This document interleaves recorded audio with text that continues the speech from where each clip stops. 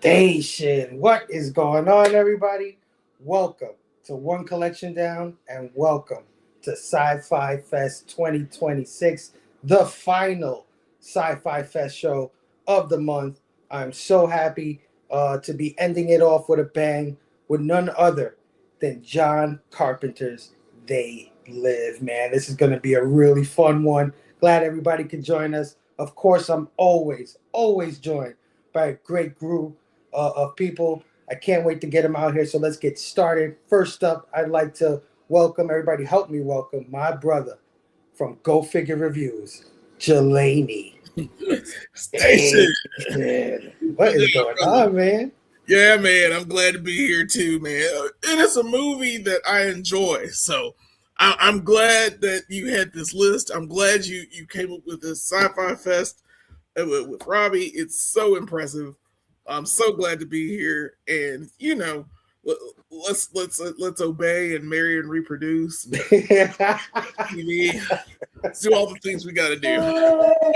You're looking good with the what do you call one of those things? I try to be fancy because I sold us out, man. I would definitely sell us out to the aliens. I gotta get me one of those, man. I gotta get me one of those. Maybe get one with an X-Men logo or something. I don't know. Yeah. Thanks for always joining me, man, Jelani. Yeah, no problem. Always a freaking pleasure when I have you on one of these things. All right, let's get going, man. I got my brother, of course, Matt, Heroes for Hire, comic book Station. Roddy Piper in this very film, life's a bitch and she's in heat. And I checked him out. So there we go. We got that. Nice. I got that going for me too. So I love it, dude. Hell yeah, man. This movie definitely has some lines in it, some real quotable lines. But we'll get into it. Matt, thanks as always for joining me, brother. Yeah, you know I love you. Yeah, as always too. Yeah, we're gonna have a good time tonight. All right, next up, coming back as well, my brother Gary B, the Casual Comic Guy. Nation. What's going on, Gary? Not much, but looking forward to this. As you know, I'm a huge John Carpenter fan. The Thing is my all-time favorite movie. I've only watched it probably 500 or 600 times. But there's like 4 films underneath The Thing that are tied, right? And that's They Live. That is Big Trouble in Little China, right? Mm-hmm. Escape from New York. You got so many great John Carpenter films, and I even like some of the ones people don't like. So, oh yeah. I'm a Carpenter fan. Well, I'm glad I could have you on for 2 movie reviews during Sci-Fi Fest. That is so awesome, dude. John Carpenter is from Kentucky, just like me. There you go. You had to have something wrong with him. Everyone's got one thing, right? You, all right? You just made the list. From I got the list of Jericho here. You just made it. All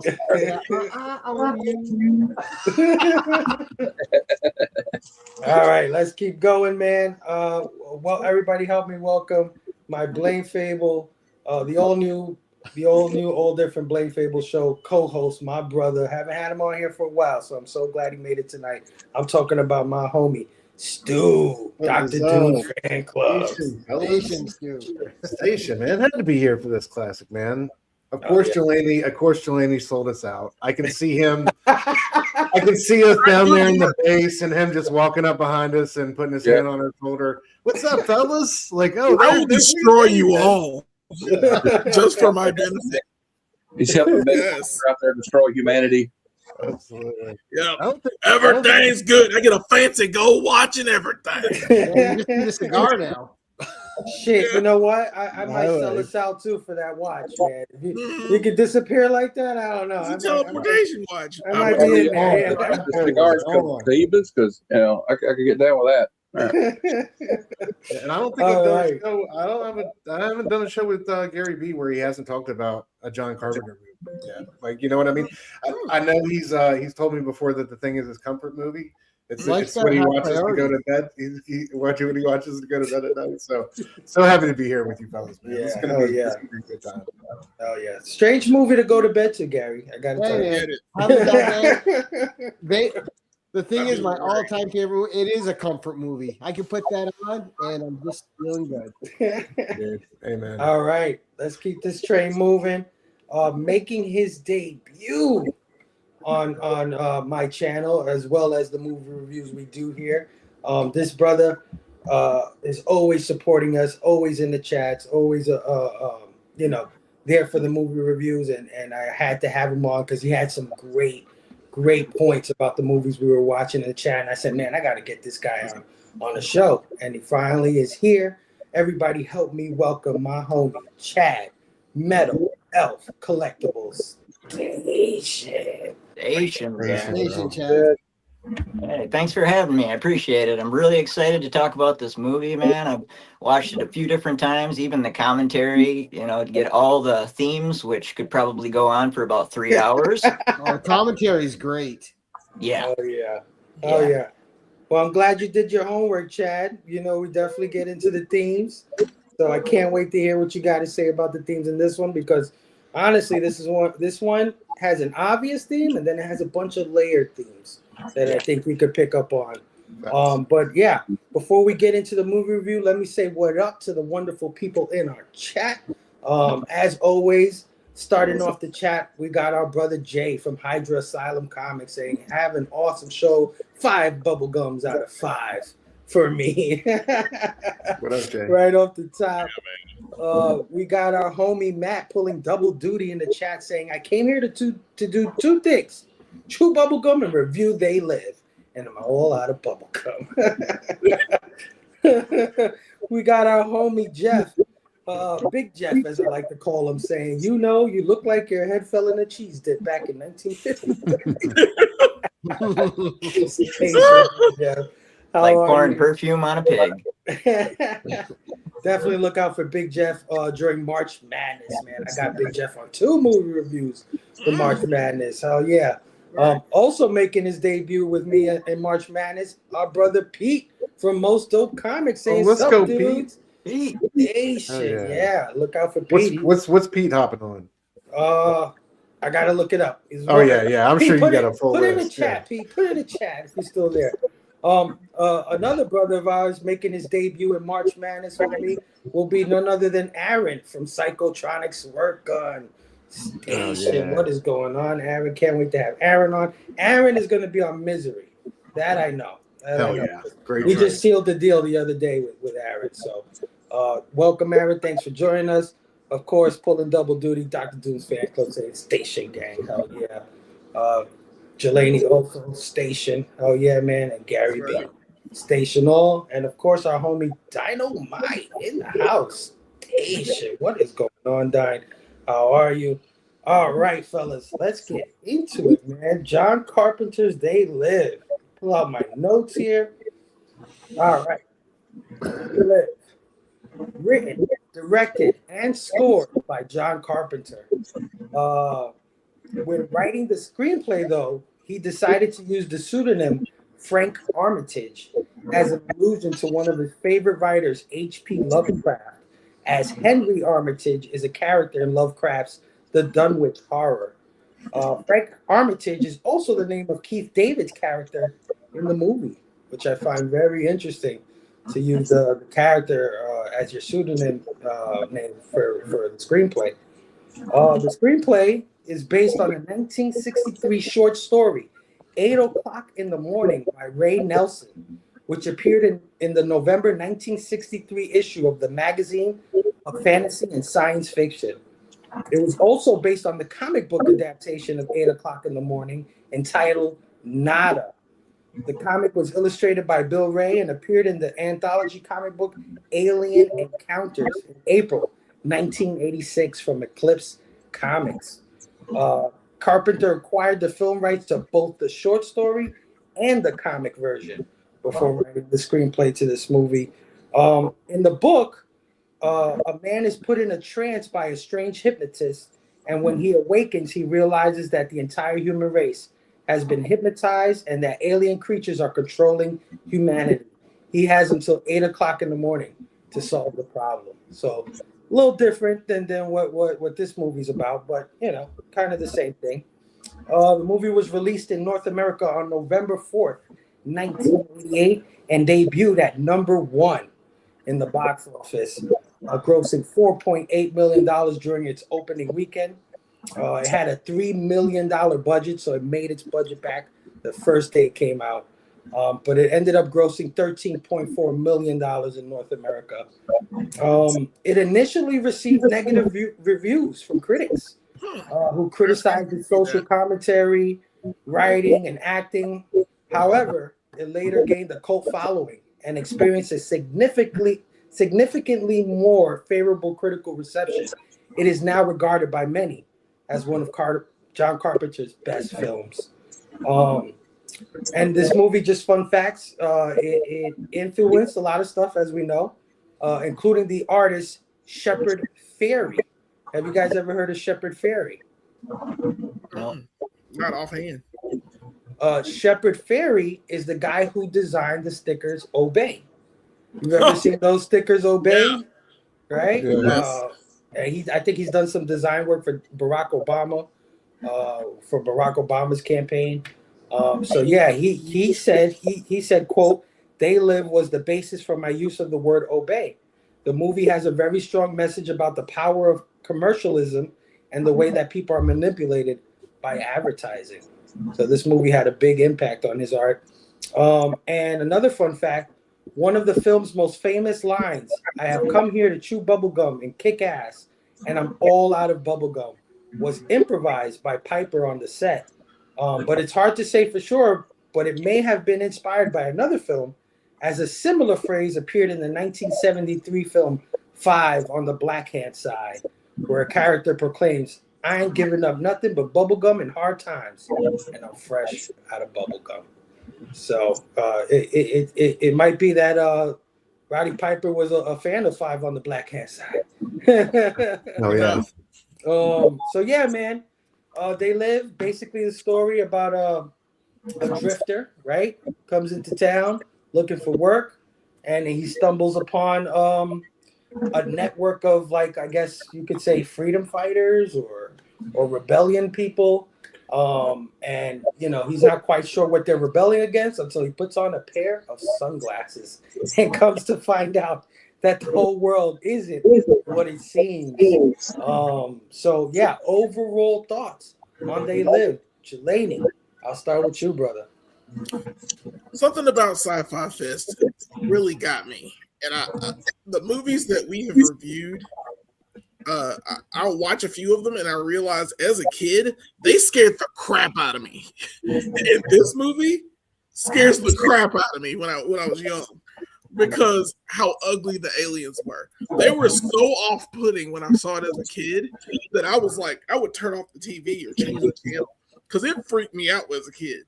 And as I got older, you know, middle school, high school, I began to watch this movie again, and I was watching it again in full because I was used to the faces. I got used to the faces, and then I realized that, like, this movie is one of the greatest movies ever made.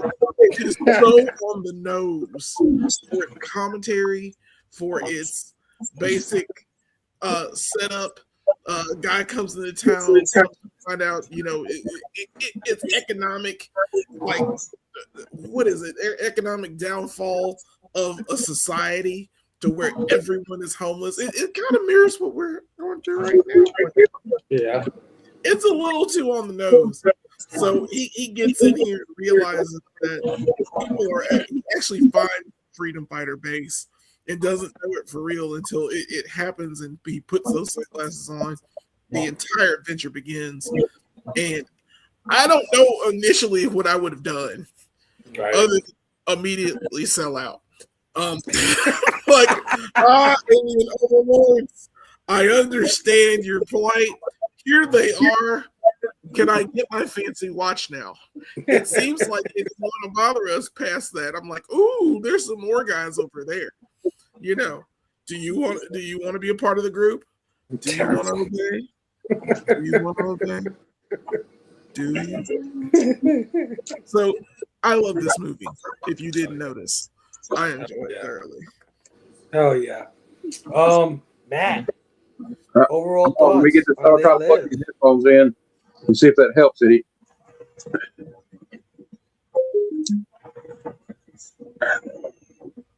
All right. All right. Okay. Can you hear me? Sort of. Is Yeah, there we like can hear you. feedback? Is there feedback going on? Yeah, somebody's. Matt, I'll get back to you on the next one, okay? I'm gonna go to Gary, and when you fix it, we'll get your thoughts. I'm Gary, good now. I think I got overall it. thoughts I don't on know. They Live.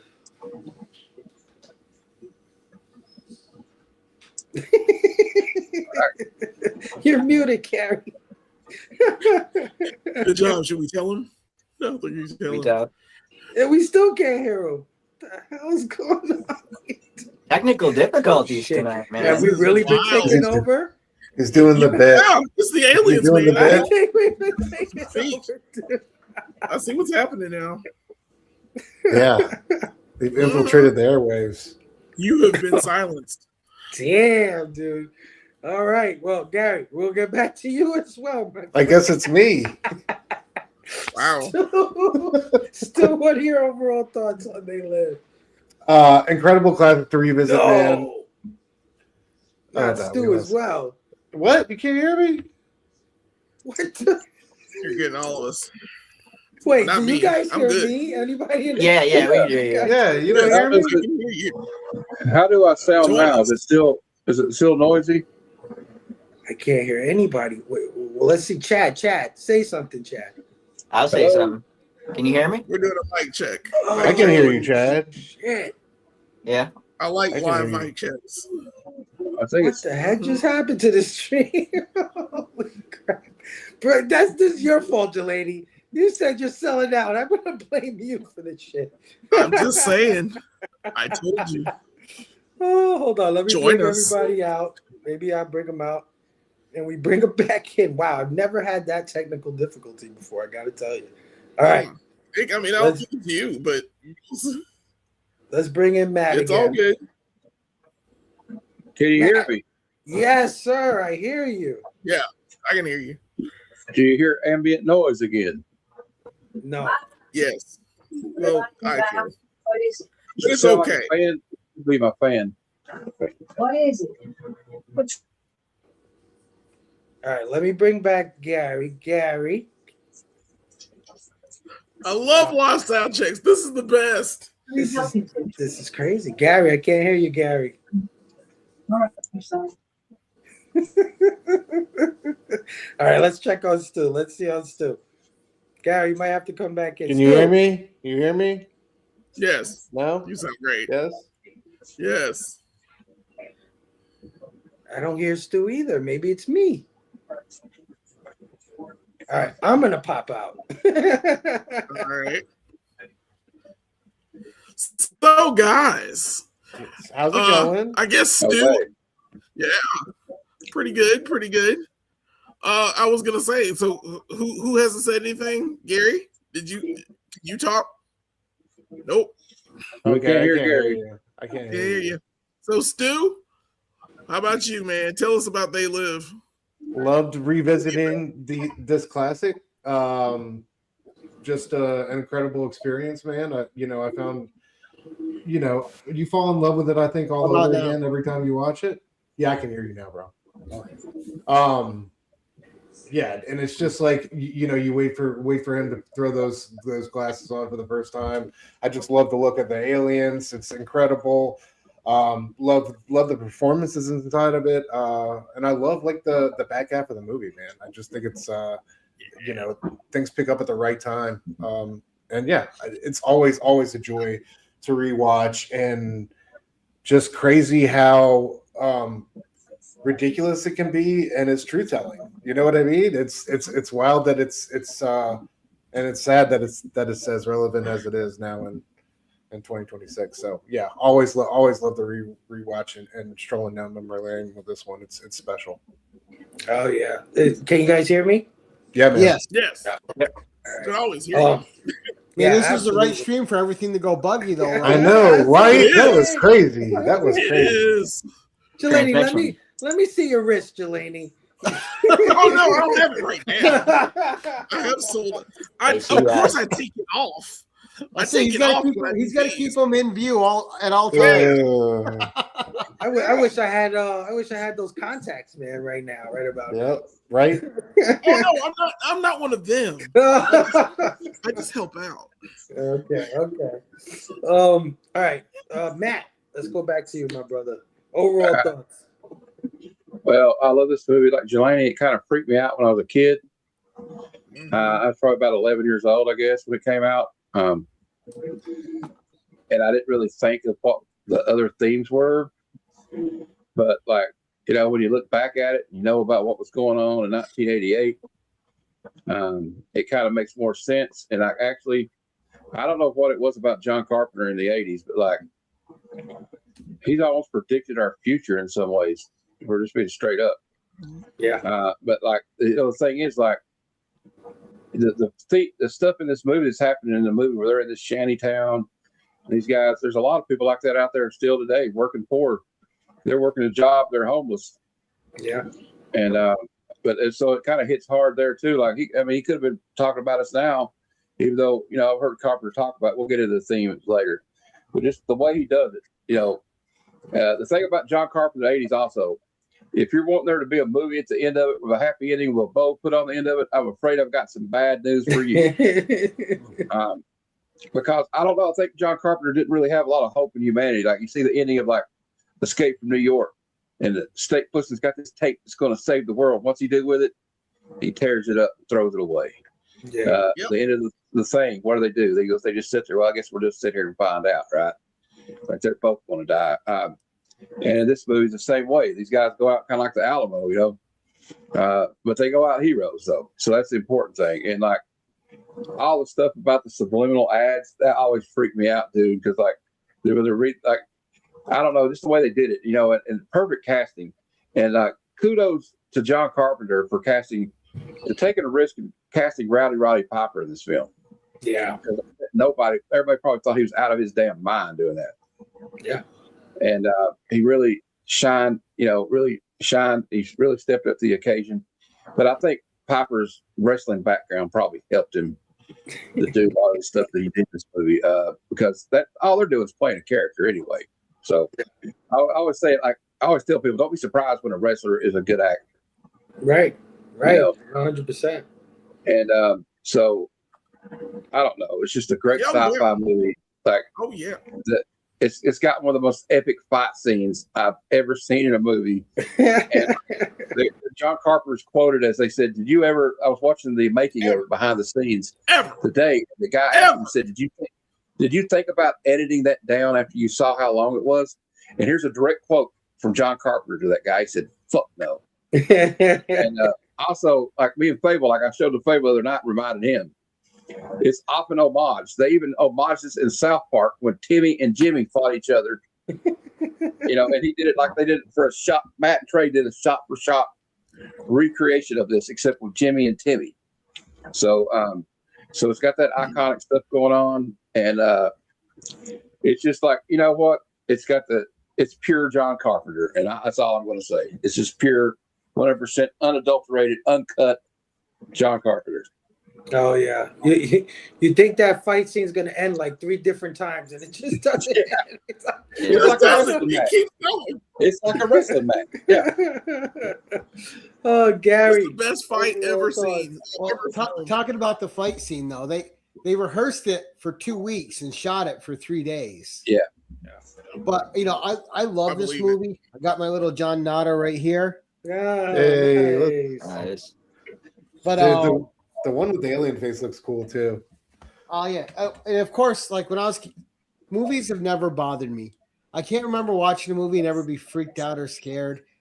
I just thought they looked cool as hell, the aliens. And I was like, what a great design! The way their faces are open, the wide eyes really are what I think creates the paranoia in people when they watch the movie, and it emphasizes that you're always being watched theme that the movie has in it as well.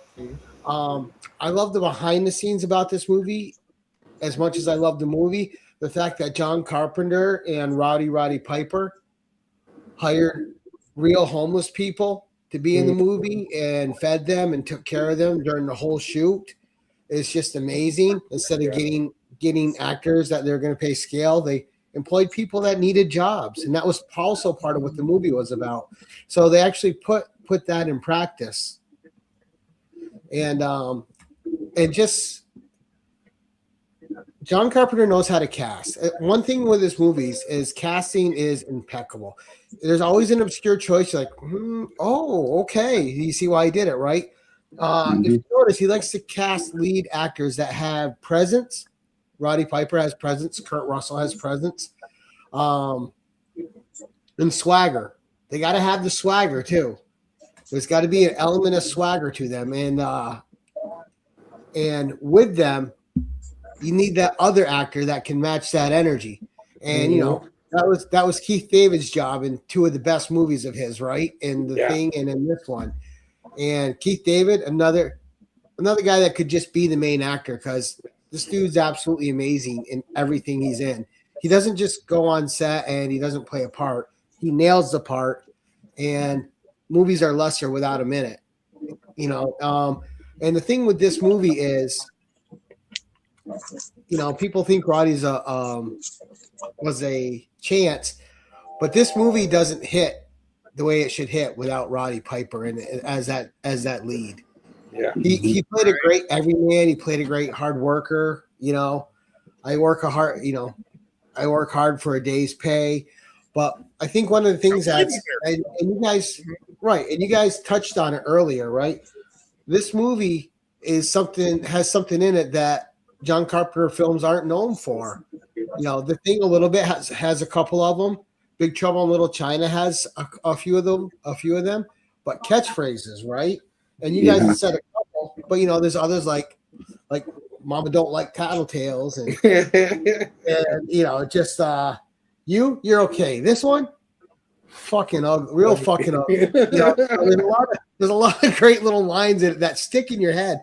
And they stick with you after the film, which is a testament. And it's always, you know, what you think is a throwaway line, but it resonates with people. You know, like in the Terminator, no one thought "I'll be back" would be the catchphrase line. Yeah, right. This is a little thing, but I like the one he's like, "I'll tell you what." They have that great conversation between him and Keith David towards the end, and he's talking about, and he's like, "I'll tell you what." I ain't daddy's little boy. I ain't playing daddy's little helper no more, or whatever. I love that. Yeah.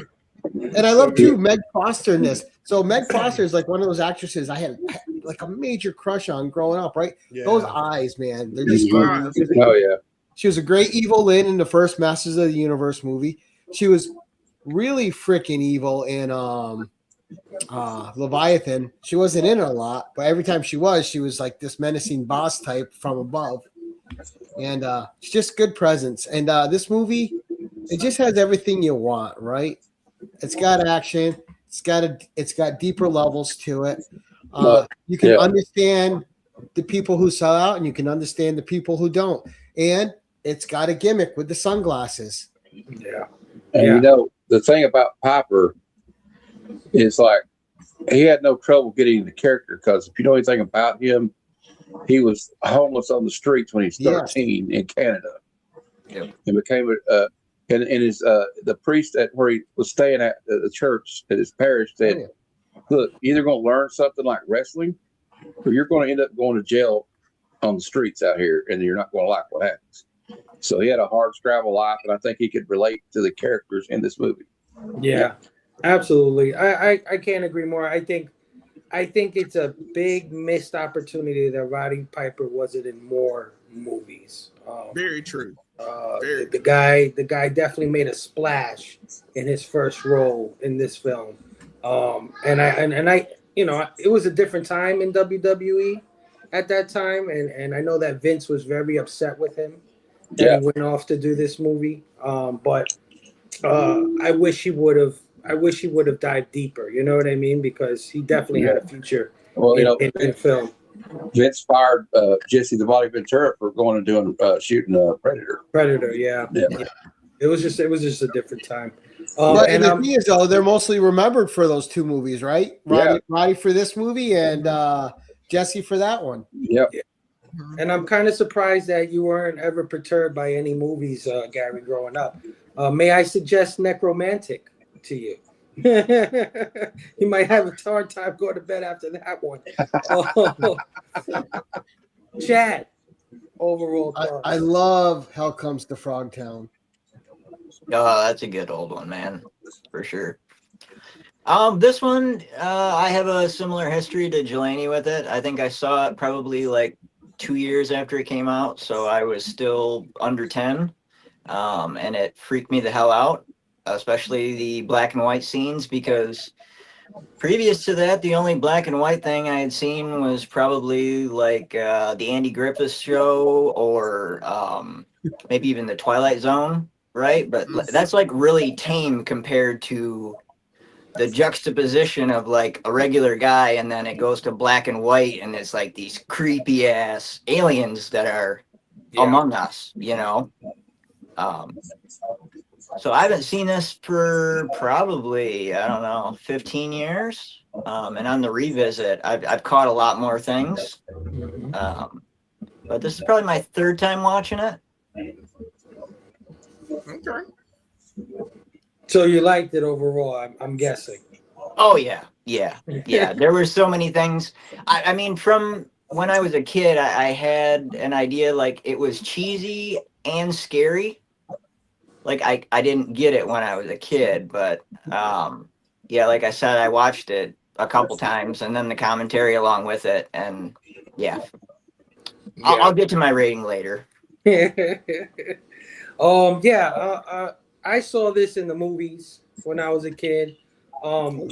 First off, let me just jump off by saying it has one of the most iconic movie posters of all time.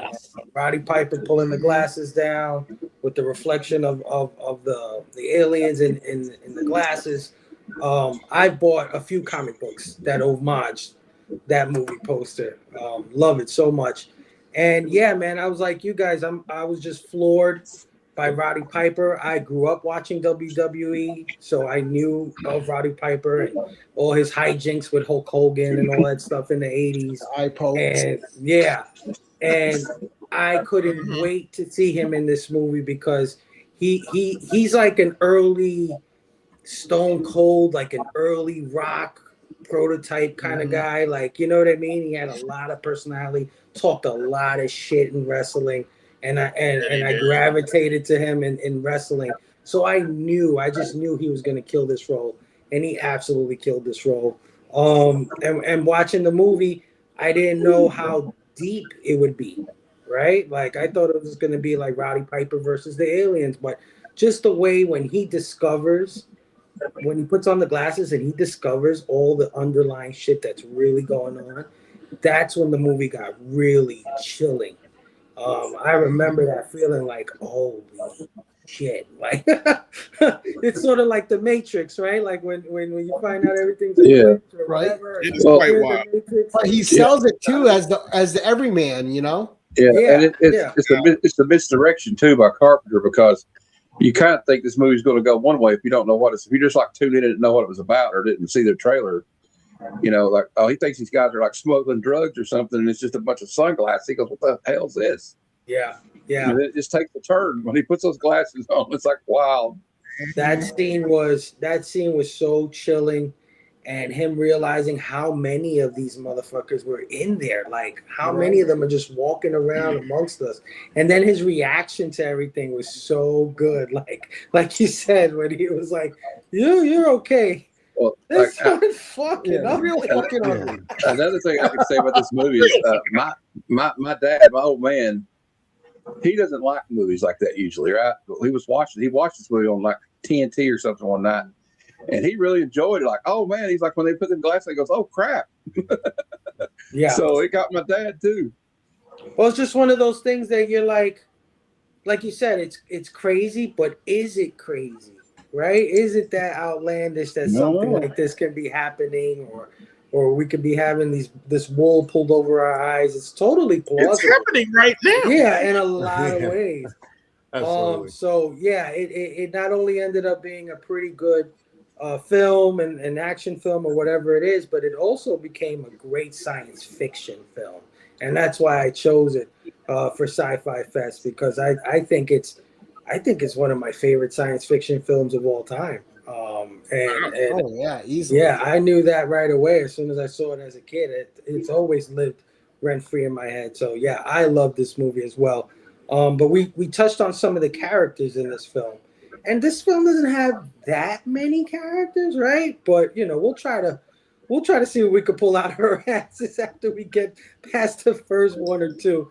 But being that there's so few, if anybody has a similar character that they like, hey, just go for it, man. Don't worry about if somebody picked it before, I'll start with Metal Elf Chad. Chad, character or performance you want to highlight from They Live? Oh, I guess I'm gonna go with the unsung hero. I want to go with Jeff Imada, the guy who played the Ghoul. Right, Oh, he did okay. the ghouls, and he also did the special effects and all the stunt work. Nice. And he was the lucky bastard at the end who was getting rode. So Yeah. Why not? That is one of my favorite ending scenes to any It's so movie. good, dude. I Hell yeah. love that. It's so good. It's so brilliant. I would never would have thought to do that in the end of a movie. I love the joint where the guy's in the bar and he's just watching the TV and everybody around him's like, "What the fuck is What? The only time there's nudity in it at all, right? Like it's right at the end, and it's just a funny scene. Oh yeah, great choice, Chad. Stu, any performance or character you want to highlight? I'm gonna go with George Buck Flower as the drifter. Let's go. In honor of Jelani, trader number one up here. I like it. Just He's a cool guy. He's amazing, dude. His evolution from like dude on the couch to Colonel Sanders is incredible. Yes. And he's like one of the shining stars at the end. He's one of the highlights. That whole bit with the tour and him even like begging for his life, going back and forth with them. How can you blame me? Type shit. It was just it was so full of charm.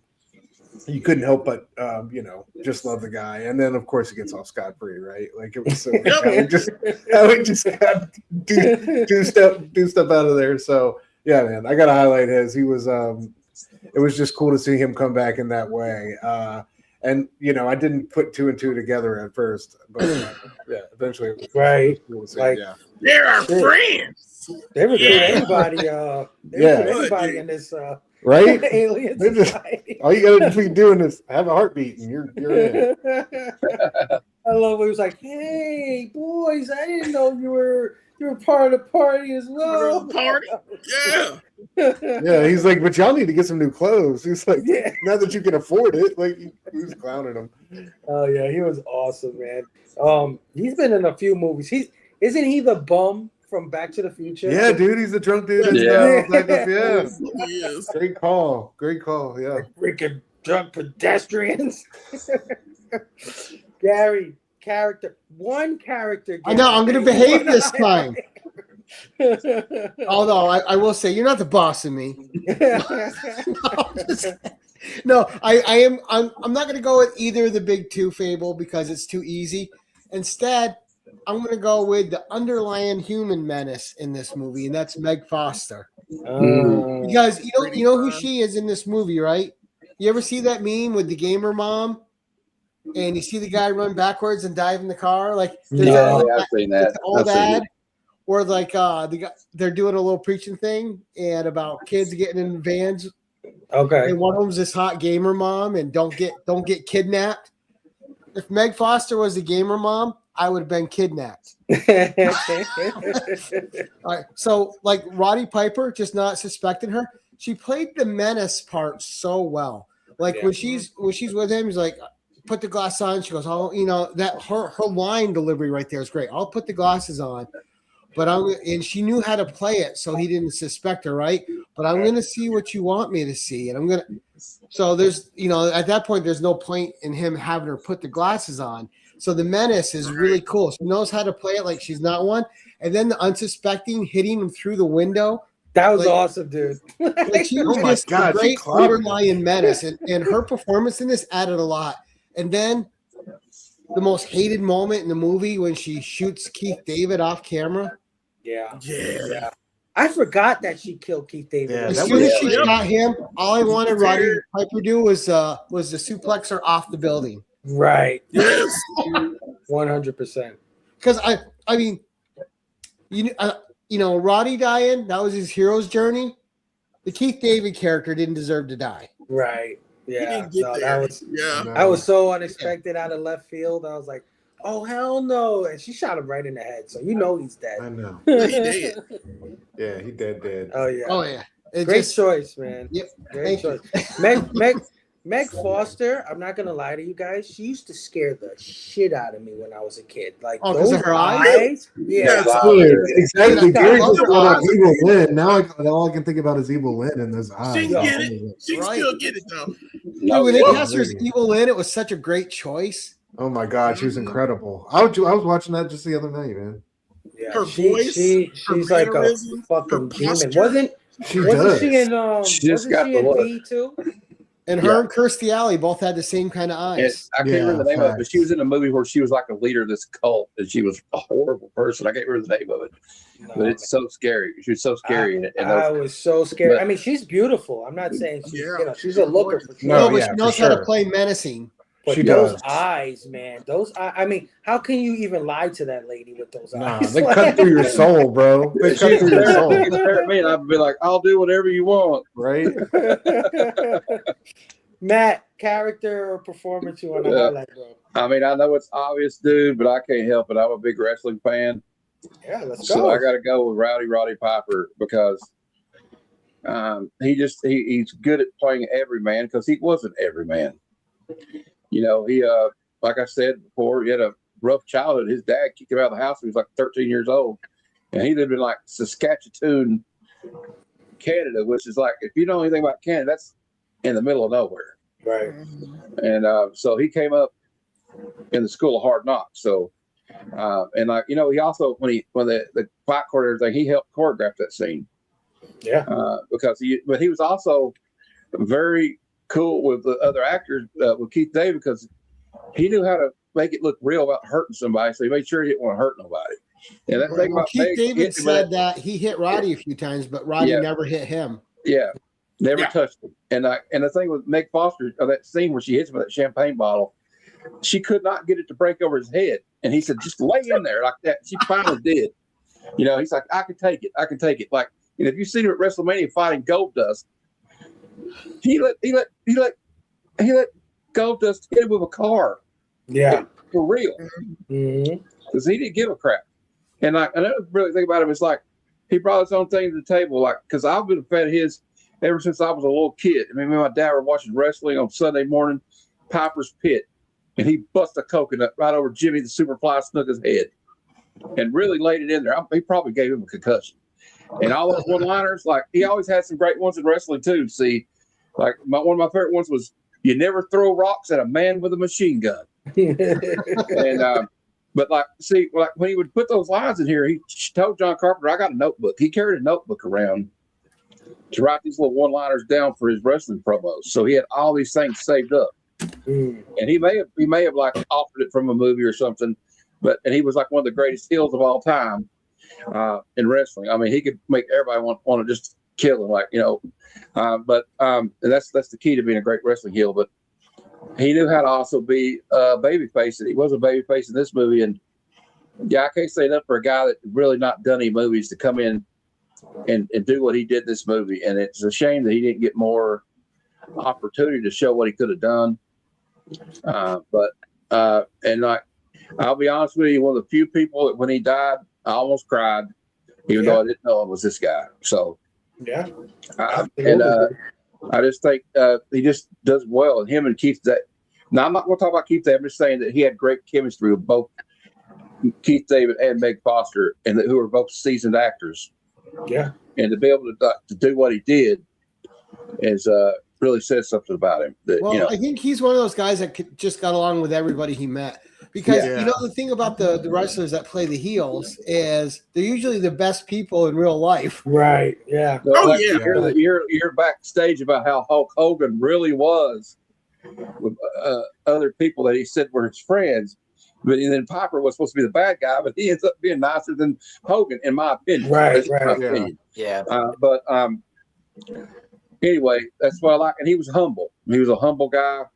And so I would say, like, you know, I would put him up there with best wrestlers turned actor. I mean, he's up there with, in my opinion, this may be controversial, but he's up there with David Batista and John Cena. There you go. Yeah. And one thing Hulk Hogan could never do was actually be a good actor. So Right. He's I trash. could say I watch Roddy's movies more than I watch theirs. Yeah. Yeah. Yeah. Because I watched both. I watched this and Hell Comes to Frogtown again last month, the month before, and I just watched this one again last night. Yeah. Yeah. No. I never don't enjoy them. Yeah. Yeah. No, it's sad that he didn't have more of a career. I certainly would have bought him more as an action star than like a Steven Seagal or some of these idiots that they had out there in these action movies. Not only that, but he rocked a bitchin' mullet. And Yes, he did. man, the Well, guy Well, was he did a lot of TV too. He didn't disappear. He just was on TV a lot. And Yeah. but he should have been headlining some of these films. if you ever get a chance, it's on YouTube, I say. Him and Jesse the Body Ventura did a pilot for a TV show that was called Tag Team Partners. And it's freaking amazing. It's too bad they didn't turn it into a show. Yeah. Yeah. oh, wow. And he was jacked, dude. Like when he was shoveling that shit in the construction pit, I was like, Yeah. this dude is a Oh, yeah. yeah. Why? Well, you know, What's up I'm with gonna this take shit? that because, you know, when he was up with these guys in the land of the giants in WWF at the time, because they were all just these big dudes, like, you know, Hogan's 6'5". He looked smaller than he actually was. And then you see him Yeah. in this movie, you realize, no, this dude was jacked too. Yeah. Mhm. Yeah, he has a lot of range in this film. I guess that's what surprised a lot of people because, you know, he's real subtle in the beginning. Then he's real funny, right? And he could do the Yeah. action thing. Yeah. And then he could get serious because he talked about his father abusing him at one point in the film. And that was a real serious moment. And that was probably something that really happened to him. Very in some true. way. Yeah. yeah, and that hotel room scene with him and Keith David was great great exposition scene. Yeah. 100%. Jelani, character Yes. you want to highlight or performance? Well, yeah, y'all didn't take him, so I'm taking Keith David, like I've done every Wow. review I've ever done of this movie. Yeah, I think I reviewed this. I think last year, a year before.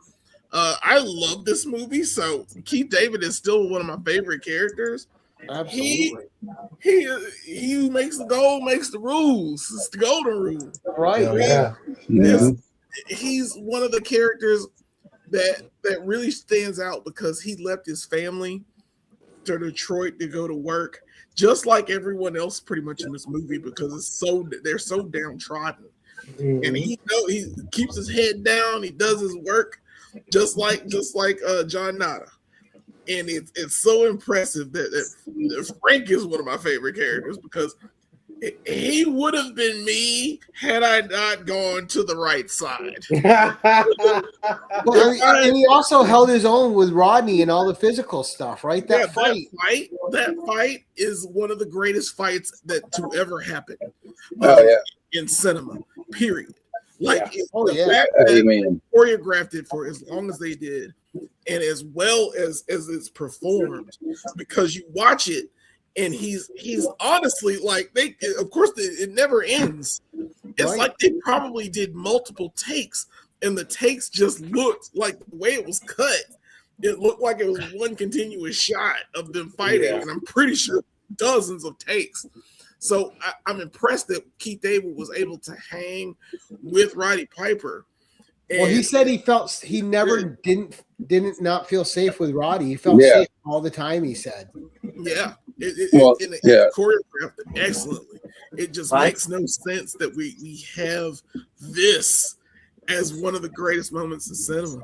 It's so precious, and he plays it well. He cannot wait to kick these aliens in their ass, and it shows the entire time. He's got that Uzi in the meeting. Yes. And just pointed up for whoa.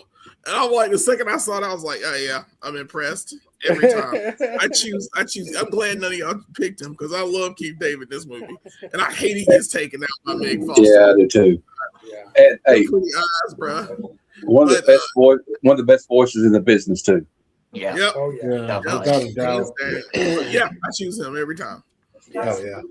Hey, And also, man. every time you see him talk, you're just like, wow, this is a really good dude. Yeah, Right? he's a solid And guy. he brings this like heavy Shakespearean presence to Yes, every he does. project he's on. Yes. You know what I Yes, mean? he Like there's does. something And, so like dignified and graceful about that guy. Yep. Yeah. And he's like in one of my favorite war movies, Platoon. Mhm. Oh yeah. And I think he's got one of the best parts in that movie. Yeah. Yeah. You know? No, Keith David is a real life one of my favorite actors of all time. Whether he's doing voices or he's in a film, I love him. I chose him as my favorite character in the Chronicles of Riddick when we reviewed Of course that. you did. And he finally got the credit he deserved and got a star on the Hollywood Walk of Fame Hollywood this Walk year. of Fame, Yes, he yeah. did. And yeah, Jelani, I'm right there with you, man. I would have picked him had you not gone before me. Keith David, my favorite character in this movie.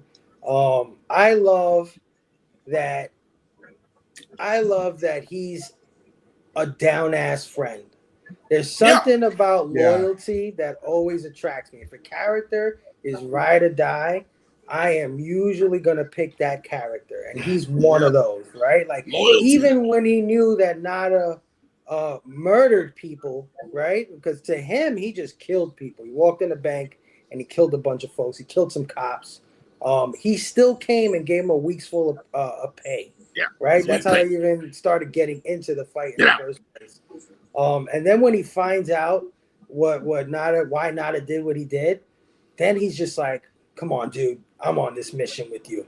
And like you're right, Jelani. When he has a little Uzi, we should make that a fucking poster, man. I don't know. It's the way he held that Uzi. I'm like, he was holding it. Oh yeah. Just straight up. Keith David is he's a Hollywood icon in my opinion. Yeah, he fits into that category of there's of character actors, right? No matter what they're in, they elevate the movie. You see him, and I got 4 actors on that Mount Rushmore of character actors for me. You got Ron Perlman. Every time you see Ron Perlman, you love him in everything he's in. Clancy Brown. Yeah. Keith David. Yeah. And Ernie Hudson. Those are my 4. And you know, Gary, he's one of those actors that makes the other actors' performances better. How do you put the beans above the Frank? Yeah, and the thing, the interaction with him and Kurt Russell, it makes Kurt Russell even better in the movie. Yeah. I would add one more to that list, Gary. Carl Weathers. I would add to that list. Oh yeah. I think Carl Weathers is another one that brings. And why did we never get more Action Jackson movies? Why was there only one? I don't know. We should have had at least 3 Action Jackson films. Yeah. He was definitely a favorite of mine in Mando when he was in Mando. But yeah, let's get into style and structure, guys. This movie was shot primarily in Los Angeles, on location, right? Not a lot of sets in this film at all. And I think it like a lot of people talk about how some movies based in New York bleed New York, right? Like you feel the gritty texture. I think you feel Los Angeles in this film a lot when you watch it. But yeah, Jelani, set us off. What do you think about style and structure? It's stylistically, it's scary as crap because of the way the aliens look. That presence of how frightening they are the first time you see them once you put on the sunglasses, it still strikes me. Like they're still like whoever came up with that creature design, that still freaks me the freak out. I don't know why. It always will.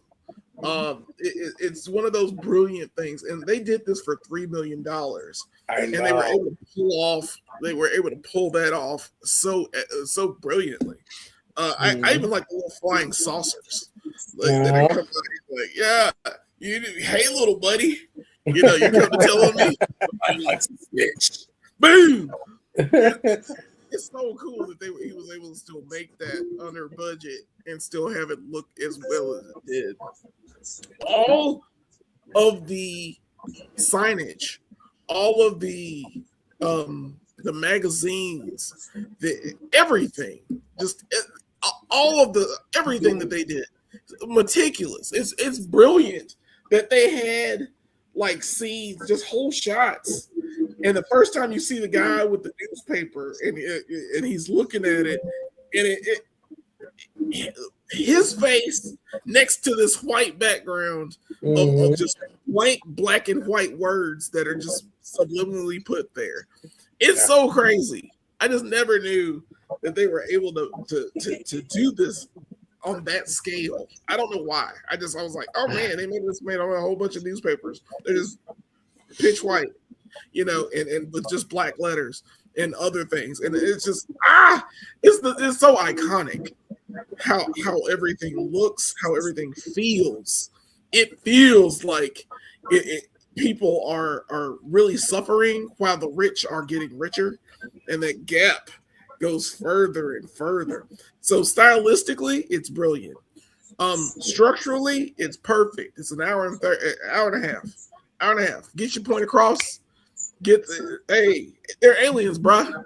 You ain't gotta get no explanation. Yeah. You don't have any cut through. There's nothing that is there. There's no wasted time. We get there. John finds out. John kidnaps a lady. She pushes him out of a window. There's a resistance.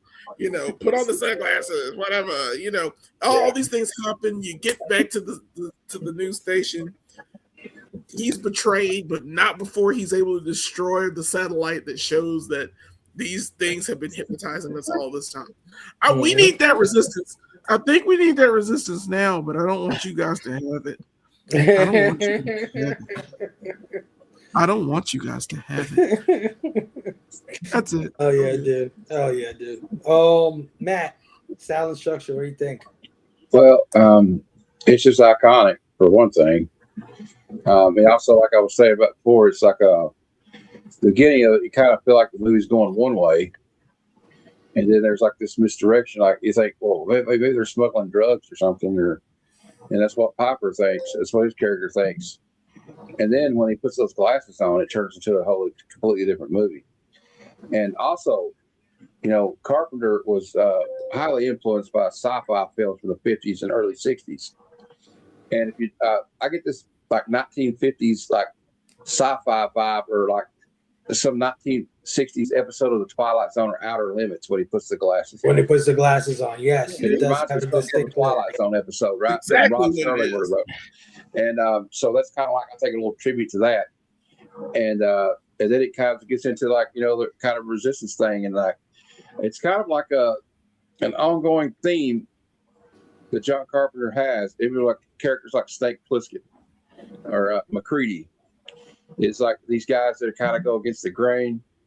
They're on the outside of society. Right. Like McCready says, all I want to do is go to my shack and get crunk. Leave me the fuck alone.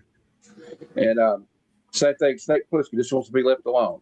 He wants to live his life. Just leave me alone. If you quit bothering me, I wouldn't be in any trouble. Same thing with Roddy Piper.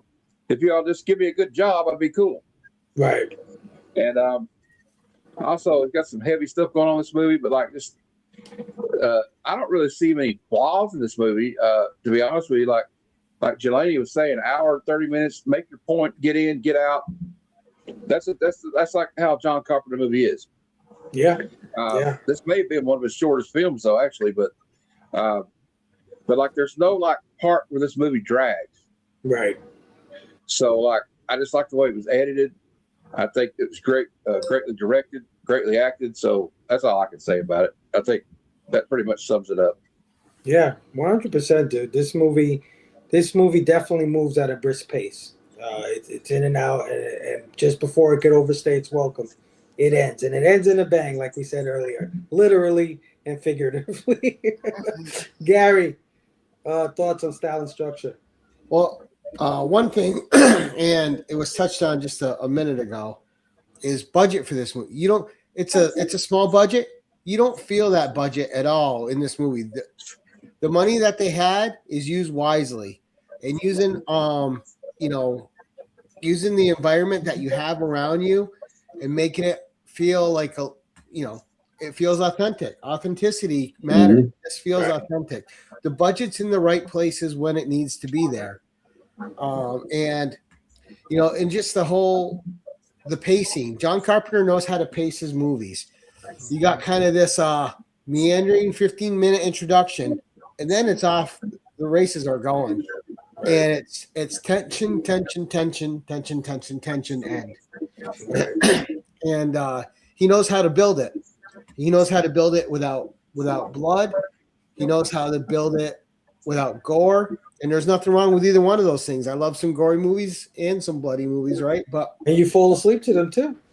Right. Well, but John Carpenter has never really, with the exception of The Thing, because it was necessary with that story. But he doesn't put anything gratuitous in his movie, except maybe that last scene in this one, right? that was the only gratuity in it. But it's lean, right? The story's there. You got the thread. You're getting your little character moments. Even that little part in with him in the apartment with Meg Foster. People might think that slowed it down. No, that's setting the tone for her character. That's all character building that's necessary for the pop at the end, right? Yeah. To really give you that gut punch. Like if they don't set her up as that, and then she does what she does to those two guys, it wouldn't have felt authentic. It wouldn't have felt like she's that person. Right.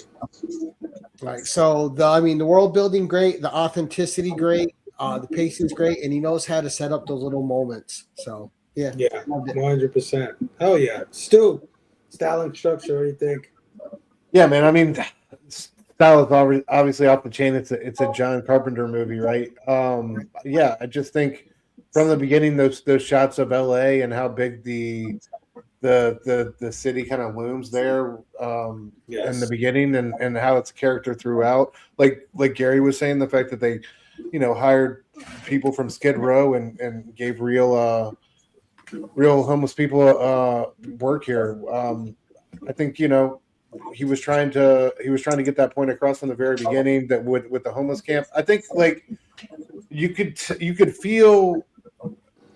The only part to me that felt like he was trying to stretch a short story and kind of beef it up a little bit felt like in the beginning. It felt like a little bit lost and disjointed, kind of when we were there with the camp and everything going on at the church across the street. But like Gary said, man, after that, once we get rolling, once he finds those glasses, it's awesome.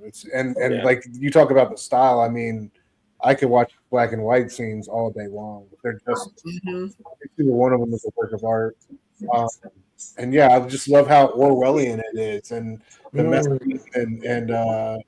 and like we've been talking about it time and time again. But the look of the aliens really, it's one of those iconic, timeless looks that separates this movie, I think. So and then so.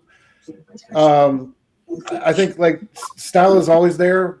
A huge part of this film, a huge part of its identity. Structure, I think the last 2/3 of it are incredible. I don't there's a little bit a part of me that's always kind of waiting to get there in the beginning, but regardless, there's so many little things to enjoy along the way. I love that. Right. So you're never not entertained. Oh yeah, dude. I agree. The Los Angeles setting, it definitely fits this movie and the story they're trying to tell, especially Los Angeles in the 80s, right? Excess. 100%. Yeah, rich, but at the same time, excessive poor. Yeah, the dichotomy. The downtown hasn't changed much. If you see the TV, they still have a place called Skid Row in downtown Los Angeles, and that's what kind of reminds me of the shanty town in this. So, and definitely, the city is a character. The city is a character itself in this movie. It's just like in Taxi Driver, New York City is its own character in that film. So it's the same thing in this movie. Yeah, 100%. Chad, style and structure. What do you think, bro? Yes, sir. Style and structure off the chain. The writing, the story is great. The way they tied it together, and Gary hit it right on the head. The word authentic, right down to the choices of the cast. they rehearsed for months and months before they even started shooting, so they had a good rapport with one another. Um, like it just feels authentic. And Stu, man, when you talked about the city being a character in itself, like I kind of got shivers down my spine because as I was watching it, the beginning of the movie, I noticed like the cinematography part of this, like the colors in the beginning are very like drab. They're either like white or gray or like light brown, and then there's like a stark contrast of green, right? Like the church is white, and then there's these bright green shutters, and in a whole bunch of scenes, it's very much like that. Um, but the thing I noticed with the city was like the city where they're at is very dirty, right? It's very immense, very dirty, like where they're fighting. But you can always see in the background, like these spires, right? The skyscrapers that are perfect. The sky is perfect. So it's like you're trying to reach to that point, right? And they only get there at the end, and then they end up dying.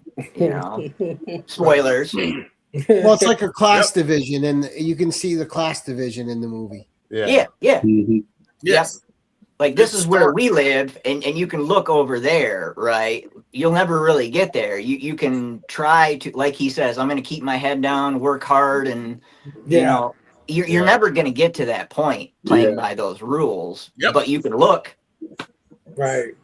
Yeah. Always dangling the carrot in front There's of him, that right? like one little scene I love when he's got the glasses on and he's looking at two guys. They're talking about one of them got the promotion at work, and then of course it was the alien. Oh, yeah. And the guy's like, just keep believing in yourself. And the guy's like hanging his head. Like it was a great little like contrast to. You know, the thing is about Los Angeles, like at Skid Row, you can take a couple of turns and then you'll be on Rodeo Avenue or Rodeo Drive, and that's where all the rich people go shopping. So it's kind of like, you know, all this stuff is in driving distance in Los Angeles.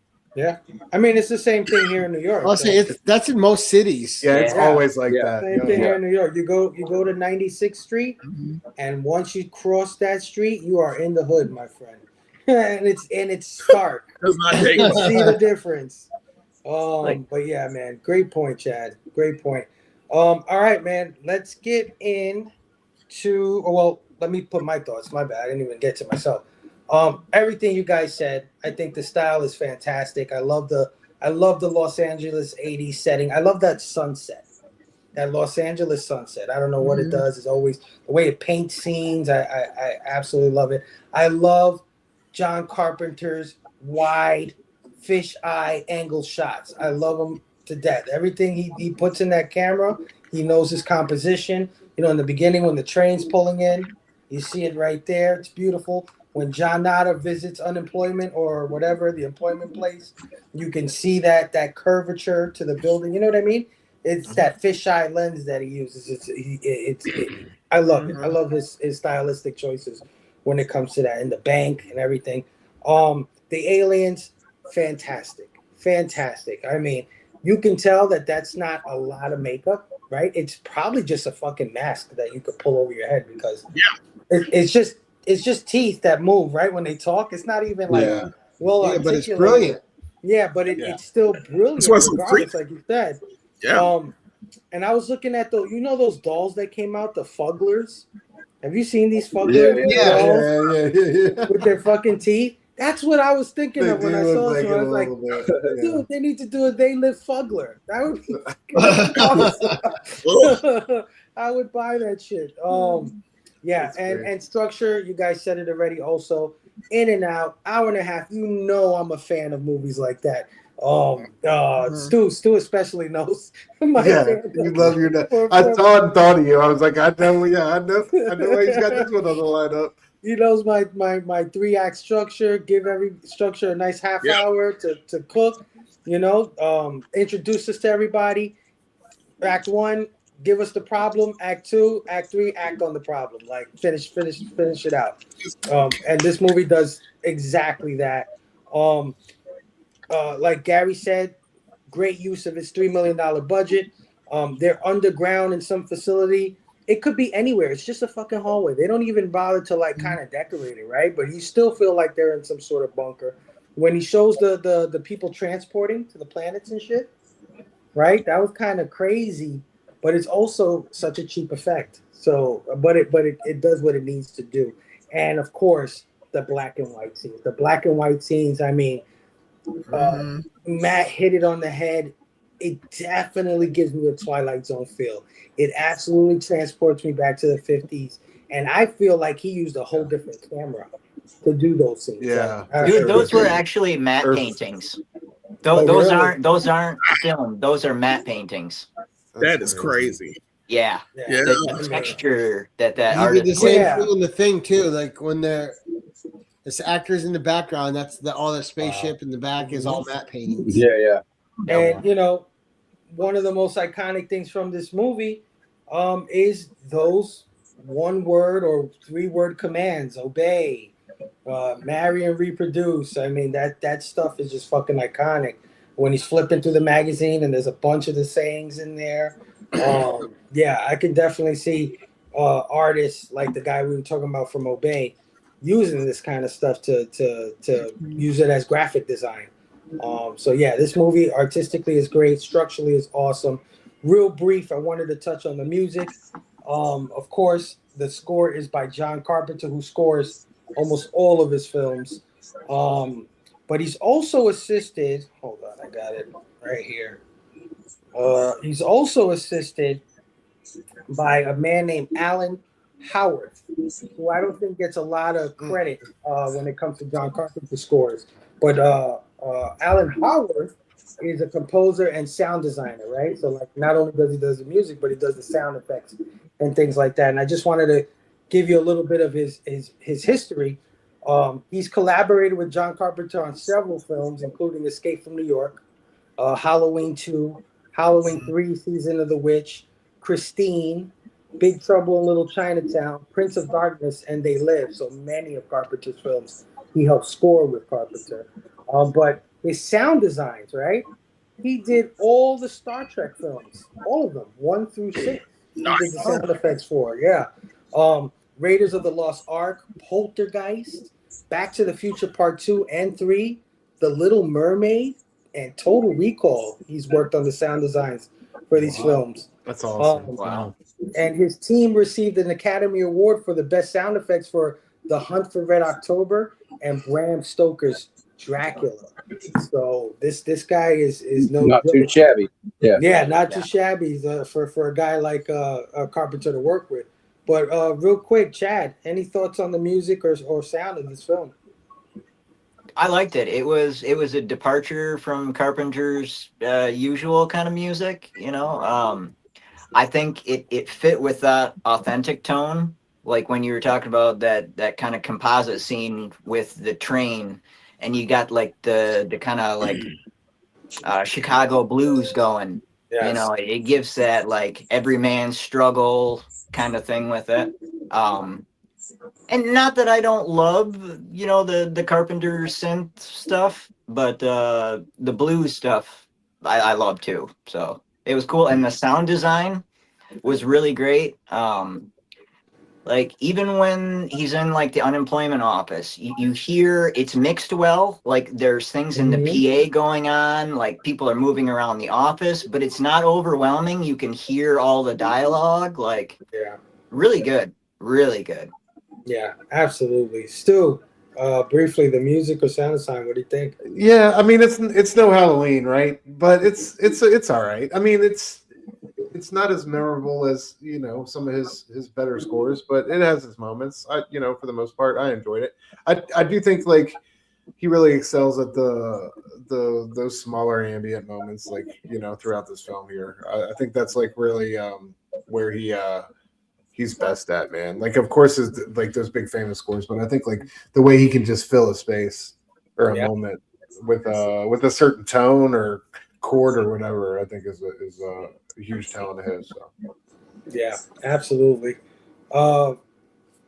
Gary, brief thoughts on the music or sound design. Well, you know me. Once the movie gets cooking, I tend not to notice the music usually. But in the beginning, I did.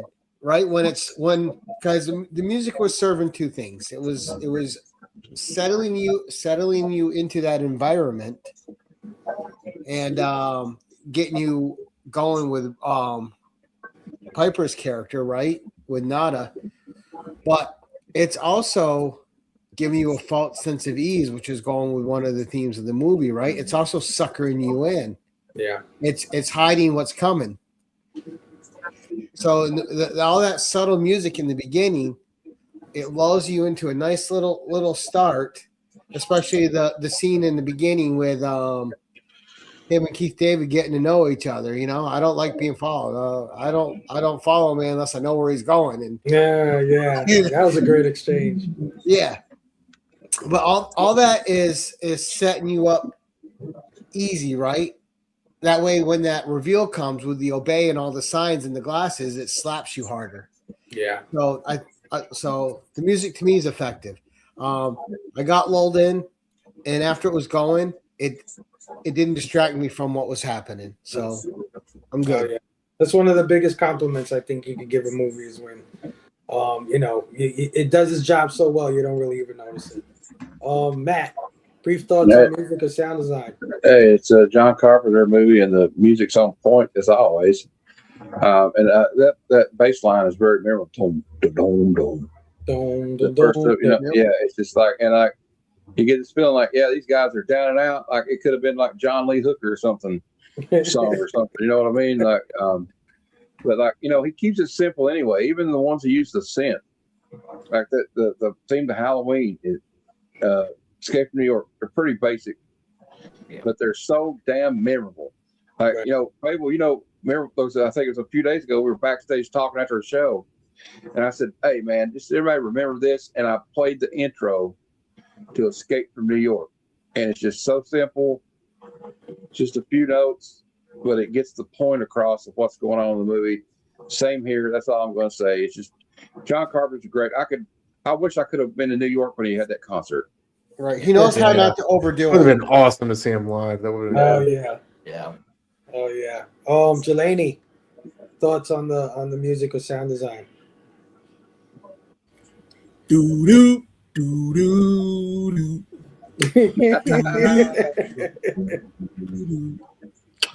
do do do do. It's so impressive. Yeah. That simple little melody tells a story in itself, and it's really impressive that John Carpenter can just get in there and just do simple stuff and make it brilliant. And it makes me happy that this movie had this music attached to it. It's like a character within itself. The score is fantastic. The sound design is brilliant. Everything about it. It screams class. And you need class with a movie that's this crisp. It's a very crisp film, and it goes well with all of it.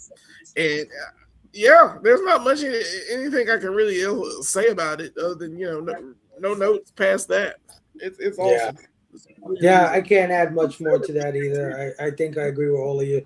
John Carpenter score. What more do you need, right? And the man is scoring a movie that he wrote and directed, so he's gonna imbue whatever he's thinking into the soundtrack of the film. It goes together. And I think Chad hit it on the head with the whole blues thing. It gives you that down and out feeling, like it's supposed to give you that down and out feeling. That the bass line, doom, doom, doom, but also the harmonica. The harmonica is a big part in here.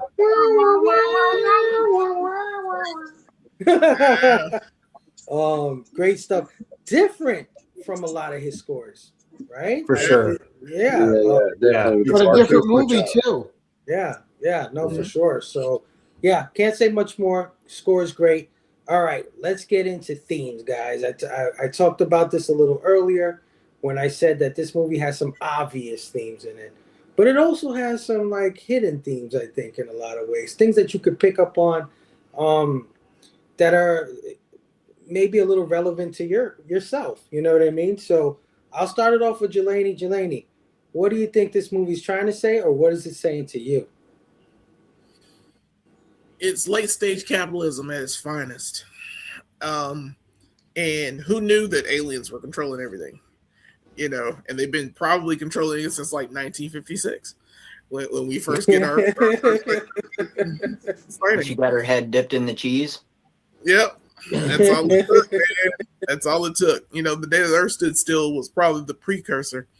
So it was them showing up and be like, hey, you know, watch out or something's going to happen. And the next thing you know, there are aliens coming immediately for this planet. And it's all about alien abduction as well.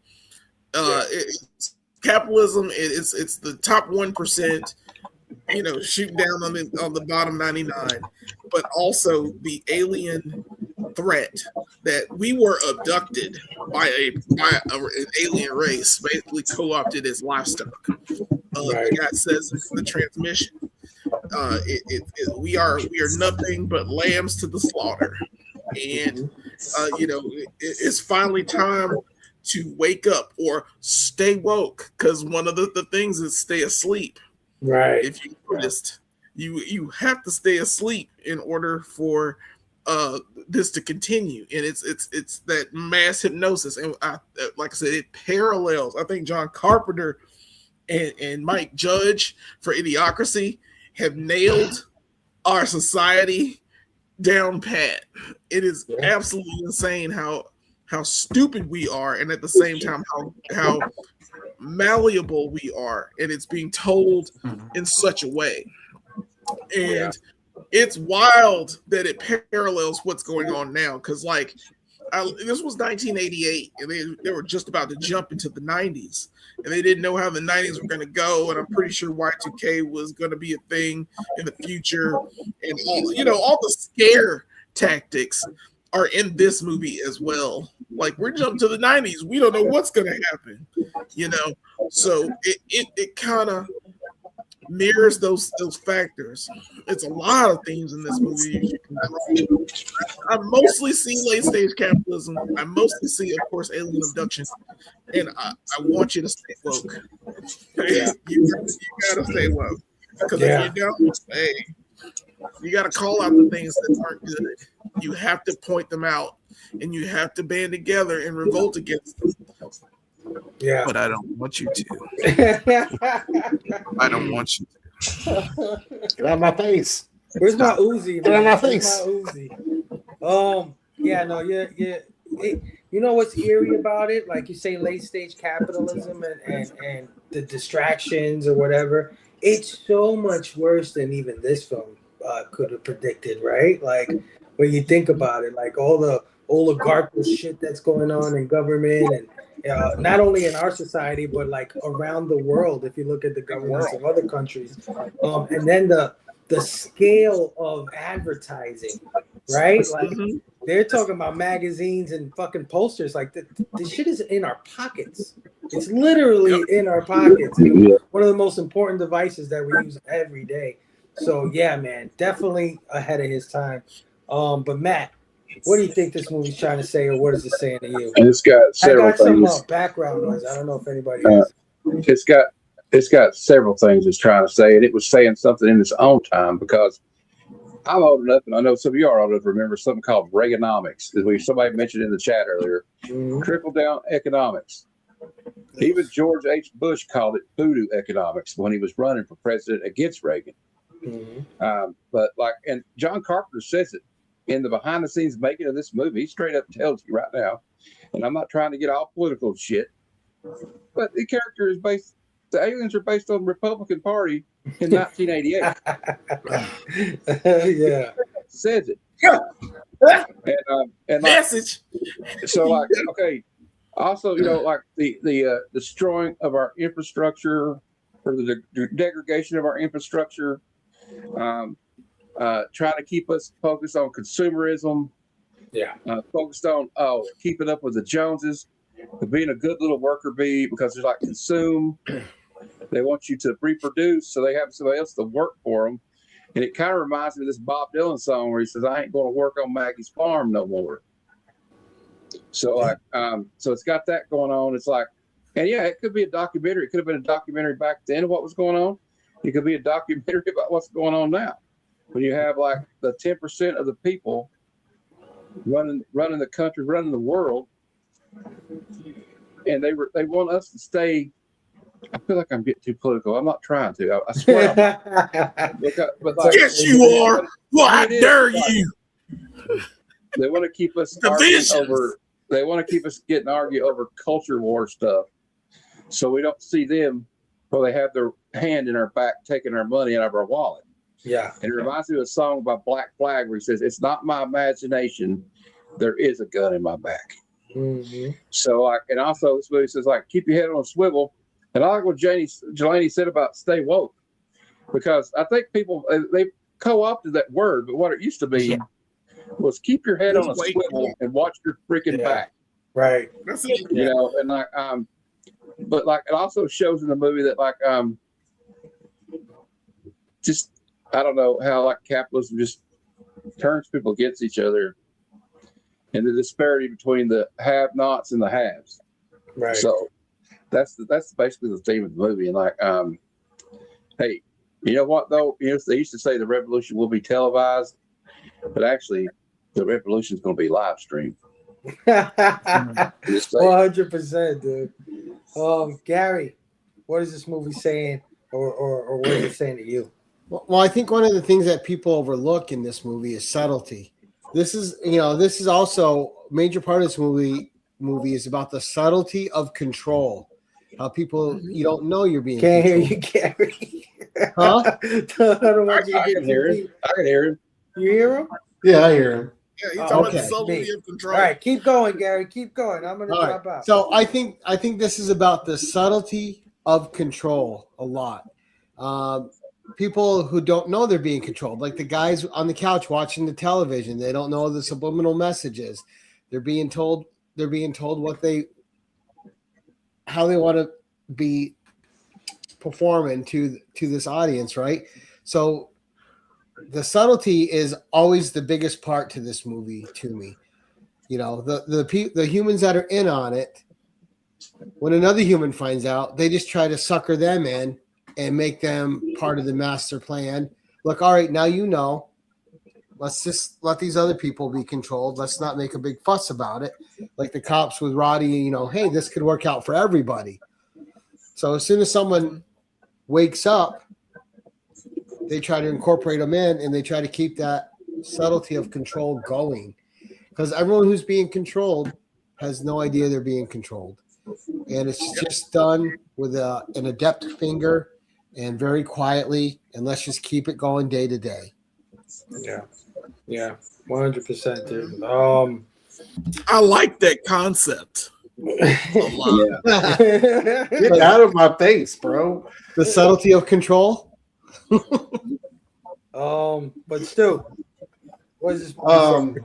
Man, I love this one because like I come back to it time and time again, and it gives me something different, right? Like back in the day, and my younger days when I was, you know, my thoughts and philosophies were you know, peaks from which I looked on, and not mountains and, you know, or caves in which I hide. You know, it was all about rejecting control and rejecting that programming, and you know, going your own way and not following the road most traveled. Now, as a 43-year-old man with a bunch of kids, dude, it's about, I mean, I think this is, you look at the wealth disparity in this country.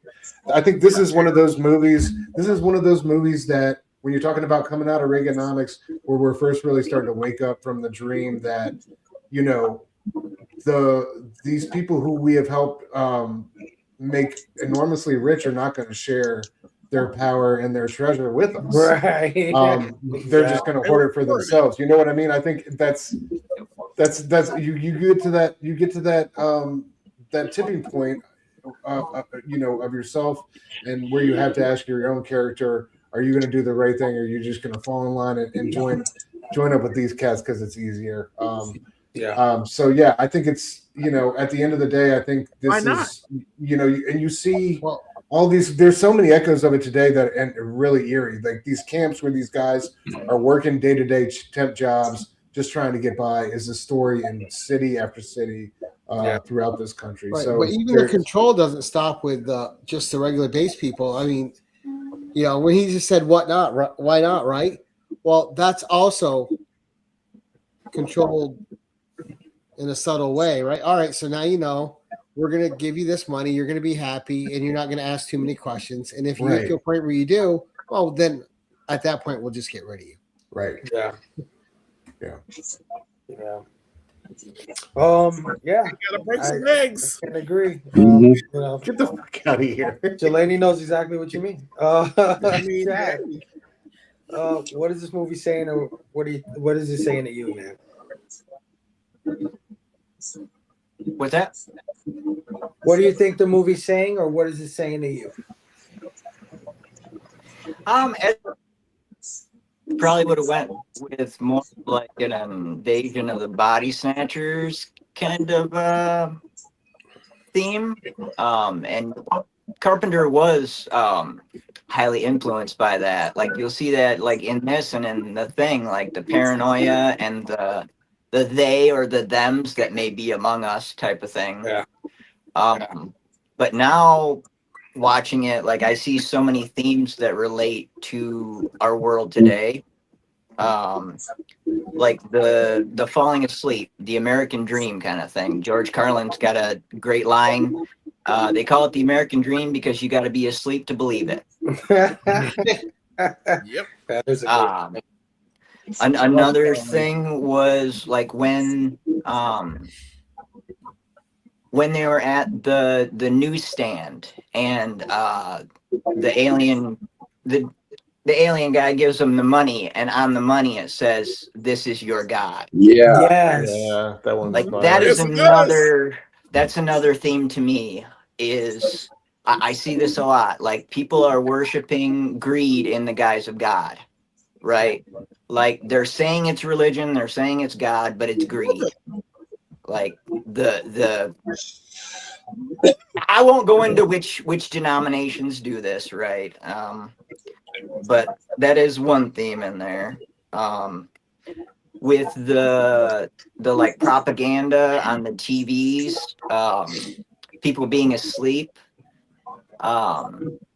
like that in itself is actually a thing. Like the TV sets, I forget who coined the term, but they said that TV was the opiate of the masses.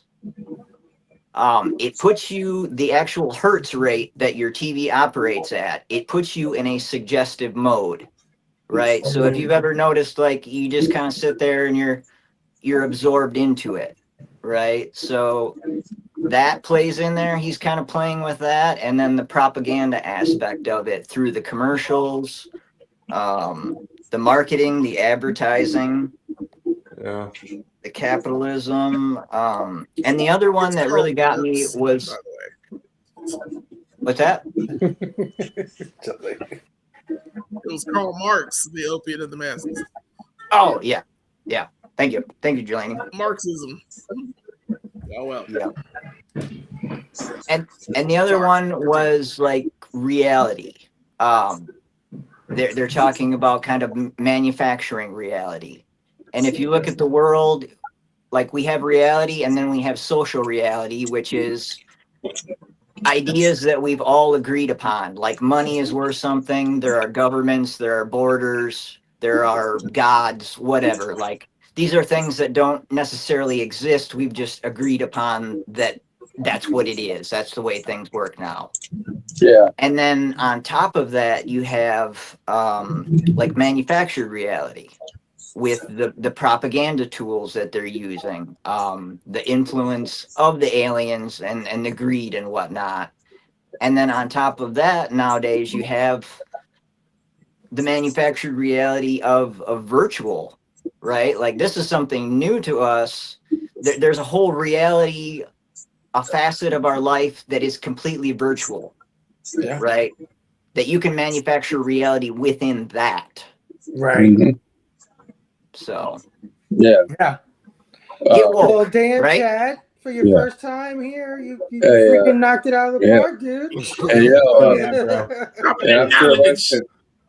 I'm sure I'm sure everybody can relate. The other reason I can relate to this is I grew up. I still live in Southeast Kentucky. It's coal mining country. So my grandpa, my great grandpa, they've always had to deal with people like every time they wanted to form a union. What they do? They would send the police in. They would send the state police in, the National Guard, try to make sure that didn't happen. My grandfather remembers him going on strike in Harlan, Kentucky, in the 30s, and they brought the National Guard up there, and they were posted up with 30 caliber machine guns at the mine. Yeah. So it's the same thing. It's different century, different decades, same old crap. Yeah. Well, the term redneck is from coal miners trying to organize, and they lost several people were shot and killed during that. There's a great documentary called The Harlan County, USA about the strike in the 70s. And the only reason they got a contract for the union was because a man had to get killed before they even considered. And then the only reason they did that because, somebody died. It's bad for business. Right. Dude, I love what you said about manufactured reality. I think that is so prevalent in today's society. How many of these kids hurt themselves or even end their lives because of some perceived bullying, online memes, right? Videos, unflattering videos that you see, and they think their life is over. They are so driven by it that in this fake freaking world where they just like, wait a minute, like, you just go outside, dude. That shit doesn't exist. Just shut it off. Yeah, just turn off the TV. It's not real, This is a bunch of people through a screen, and we've seen it in our community where people. I say that every time you make me cry, Fable. Because they feel bullied or not part of things. You know what I mean? They've been meant to feel all this. Like, it's crazy. But I think all you guys really knocked it out of the park.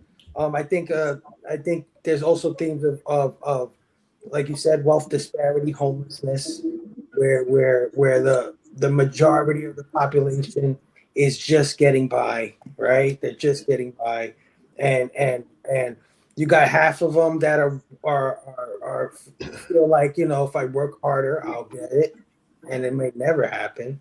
And you got the other half that's like, I'm not waiting for that shit. Like Jelani, I'm gonna do it today. I'm gonna screw over whoever. You better get that money, because ain't nobody. You better boss up. Hey, I'm not saying I ain't with you, Jelani. I might be on that boat with you. I only got so many years left in this world, right? But then that's what they use against you in a lot of ways, right? Like when you feel like you've done everything right and nothing is still going your way, it might break the best of us, right? It might give us all that crab in a barrel mentality where, like Gary, I think, was trying to say, it was like, we don't even know we're helping them. You're not even realizing you're helping get their situation. They will even give you false martyrs, right? Answers to your prayers in ways, but it's really just like still dangling hope in front of you, just like that also plays into the breeding part too, right? Because if all of us didn't have a kid or kids, and you're not trying to take care of someone, you're putting up with a lot less shit than you put up with on a daily basis. But when you have that mouth to feed, and you have to put that roof over their head, and you have to clothe them and make sure they're okay, well, then all of a sudden you put up with a lot more than you would. And then you'll see an ad for a baby carriage that has 16 wheels and air brakes and costs $2,000. You're like, I gotta put my baby in that damn carriage, man. But I think nothing sums up those themes more than Keith David line to Roddy Piper at the beginning of the movie. He tells him the whole deal is like some kind of crazy game. They put you at the starting line, and the name of the game is make it through life. Only everyone's out for themselves and looking to do you in at the same time. Yep. And I think that's really what this movie is saying. And we do have to wake up in a lot of ways, right? Because it's like remember the preacher guy that would get on the broadcast trying to wake everybody up. Mhm. He says that is their primary method of survival. Keep us asleep, keep us selfish, Yeah. keep us sedated. And another the thing I was just thinking while you were talking, Fable. Right when you said something, I can't remember what it was, but this what you were talking about though reminded me of one of my favorite movies and favorite books is The Grapes of Wrath by John Steinbeck. And everybody knows that's in the Dust Bowl. These people were migrant workers. They went to California, but like there's some parts of that movie where you got John Carradine, who was Keith and David Carradine and Robert Carradine's dad. And he's the preacher in that movie. It's the same thing with that preacher there. He's like, tell him like, look, you guys got to organize. You got to get together. You got to stick together because they're gonna give you $1 when you should be getting $5. Yeah. And it's the same thing with this right here, Yeah. So yeah. It's hard to break the programming once you're in the matrix. That's just basically it. But there are a few of us out there and don't, I would say don't give up hope, and I think that's what Carpenter was saying. I know his endings are bleak, and I know Nada dies at the end, but still there was somebody out there that was the less of us, the least of us, somebody who didn't care about everything that a lot of us care about, right? Like getting ahead or whatever. He just wanted to survive. And I think that says a lot. But let's put a button on this thing. Let's get the hell out of here, guys. Chad, out of 5, what would you give They Live? Oh, I gotta go 5, man. Gotta go 5. Oh yeah. 5.0. All right, Chad, straight to the point, man. Stu, out of 5. Man, easy 5 for me, right? Classic. Just amazing performances. One of the all-time fight scenes ever. Incredible, creepy aliens. And this one has so much to say, even all these years later. It was topical back then. It's topical now. One of Carpenter's sneaky best. So 5 out of 5 for me. Hell yeah. Out of 5, Gary, what are you giving this thing? Also a 5 out of 5 because one of the ways you can rate movies like these old movies is relevance today, and it hasn't lost any relevance. And the casting, and from technical standpoints, the casting's fantastic. It's exactly what it should be. The pacing's great. The themes are great. And if you're just in it for the action, well, it's got that too. Oh yeah. But it's got a little bit of everything for everybody, and it's still relevant 30 plus years later. 50 plus years. Yeah. And getting more relevant by the day, right? That's the eerie part of this film. But Matt, out of 5, what are you giving They Live? Well, my criteria for a good movie is can I rewatch it? Rewatchability. Is it enjoyability? You know what I mean? So of course it's 5 out of 5. I mean, but don't forget everybody.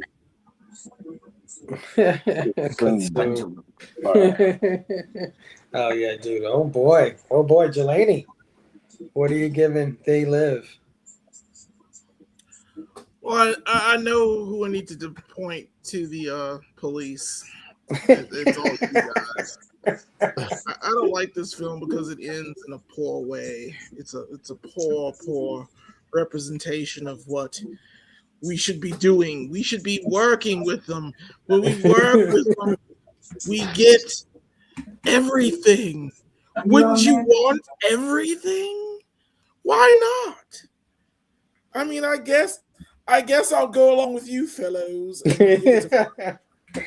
When I don't want to, I reluctantly give it a 5. But the lifestyle that I've required and acquired in this time, I've enjoyed. And it's because of our overlords. Why can't we just... Somebody snatch that watch from him, man. Yeah. Why can't we just enjoy them and obey and consume? It's all right. It's the American dream. I believe in America. I believe in it. And I'll give it to 5 just for Why do you have a British type Right? accent? What is that about? Well, get the because fuck out I'm of here. better than you, Stu. I'm better. Why do you sound like Lord Steven Regal from WWE?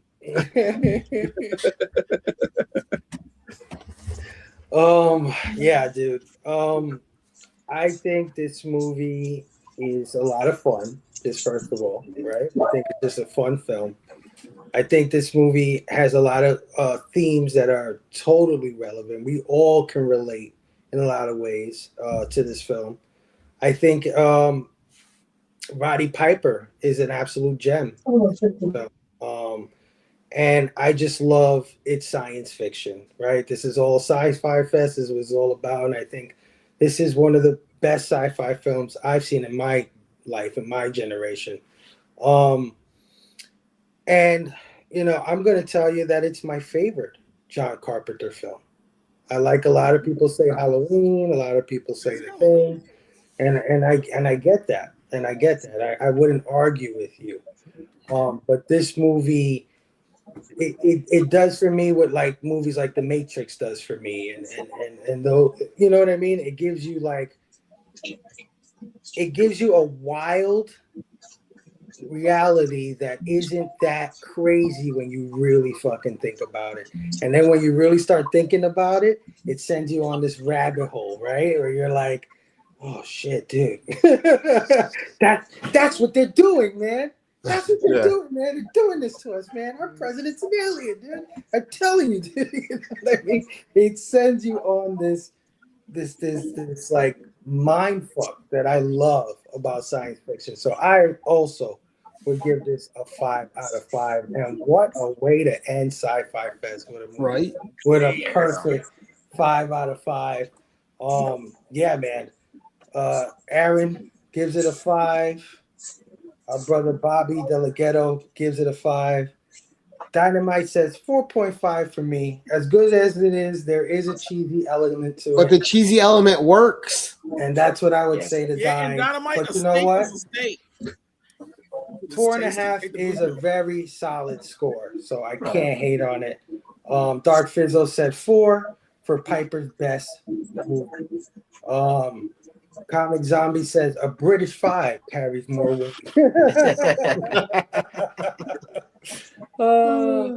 This movie might be my favorite. Yes, it does. Definitely a top 5. Oh yeah.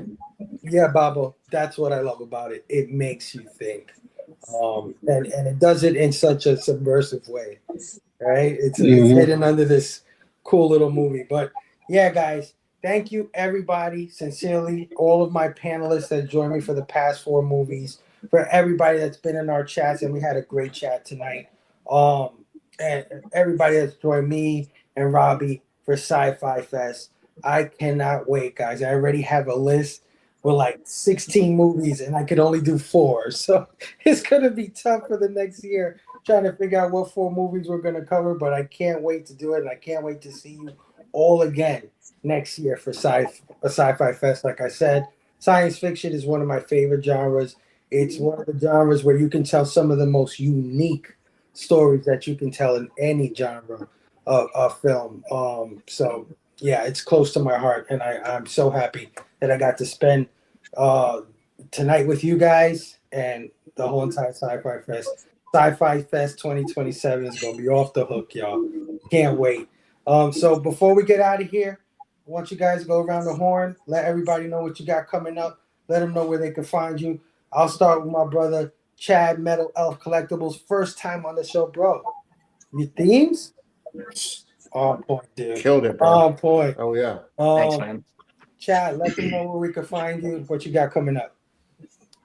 You can find me on YouTube. I just recently did a couple interviews. I have some shorts up. You can also find me on Instagram. I am part of Ghoul Division with my brother Fable there. Go Ghouls. And then Facebook, TikTok, pretty much everywhere.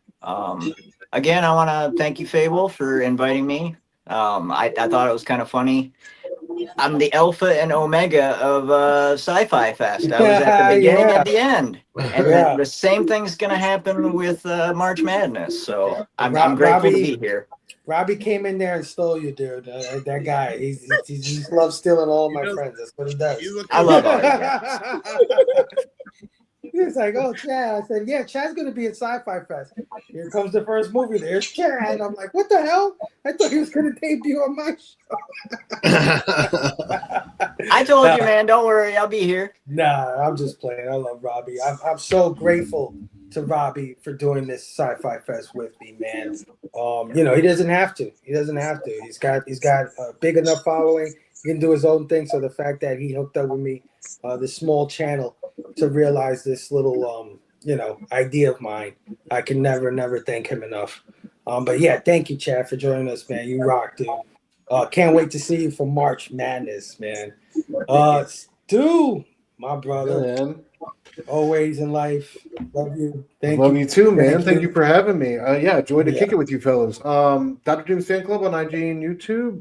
Ink Insights every Wednesday night over on the Dr. Doom's Fan Club YouTube channel with E from Nine Panel Grid talking about our favorite new comics. Man, had a busy week.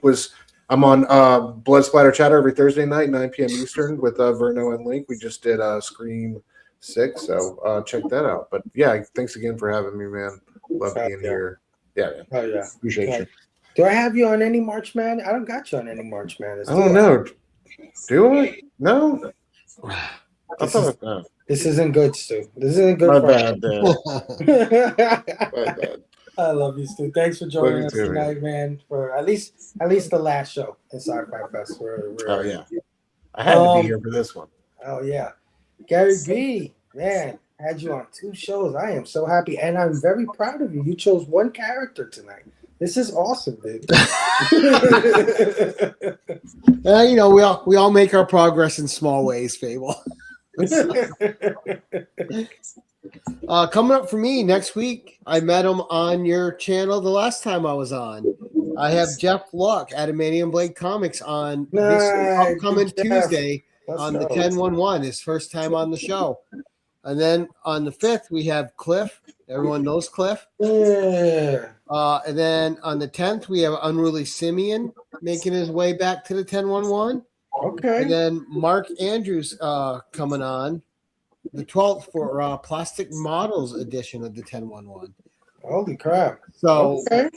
we've done action figures. We've done board games. We've had a 1906 board game on the show, which looked almost brand new. What? Oh, wow. So, yeah.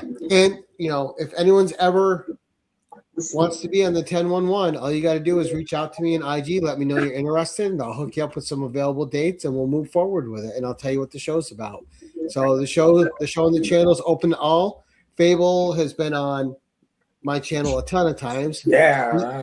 He's one of the original people that got the open door policy with me. Yeah. Dude. Yeah. He hasn't been on in a while because he introduced me to Stu, so he had that against him. I like how you got one in there before the end, Gary. Good job. No, actually, Stu, I was gonna say we got to have you back on again. Yeah, dude. It's been too long since we hung out.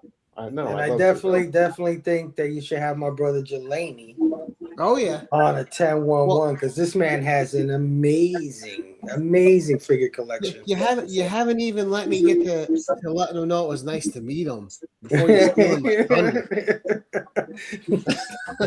Of course, I'm available. Matt, always a pleasure. We got to get you back on for another one too, bud.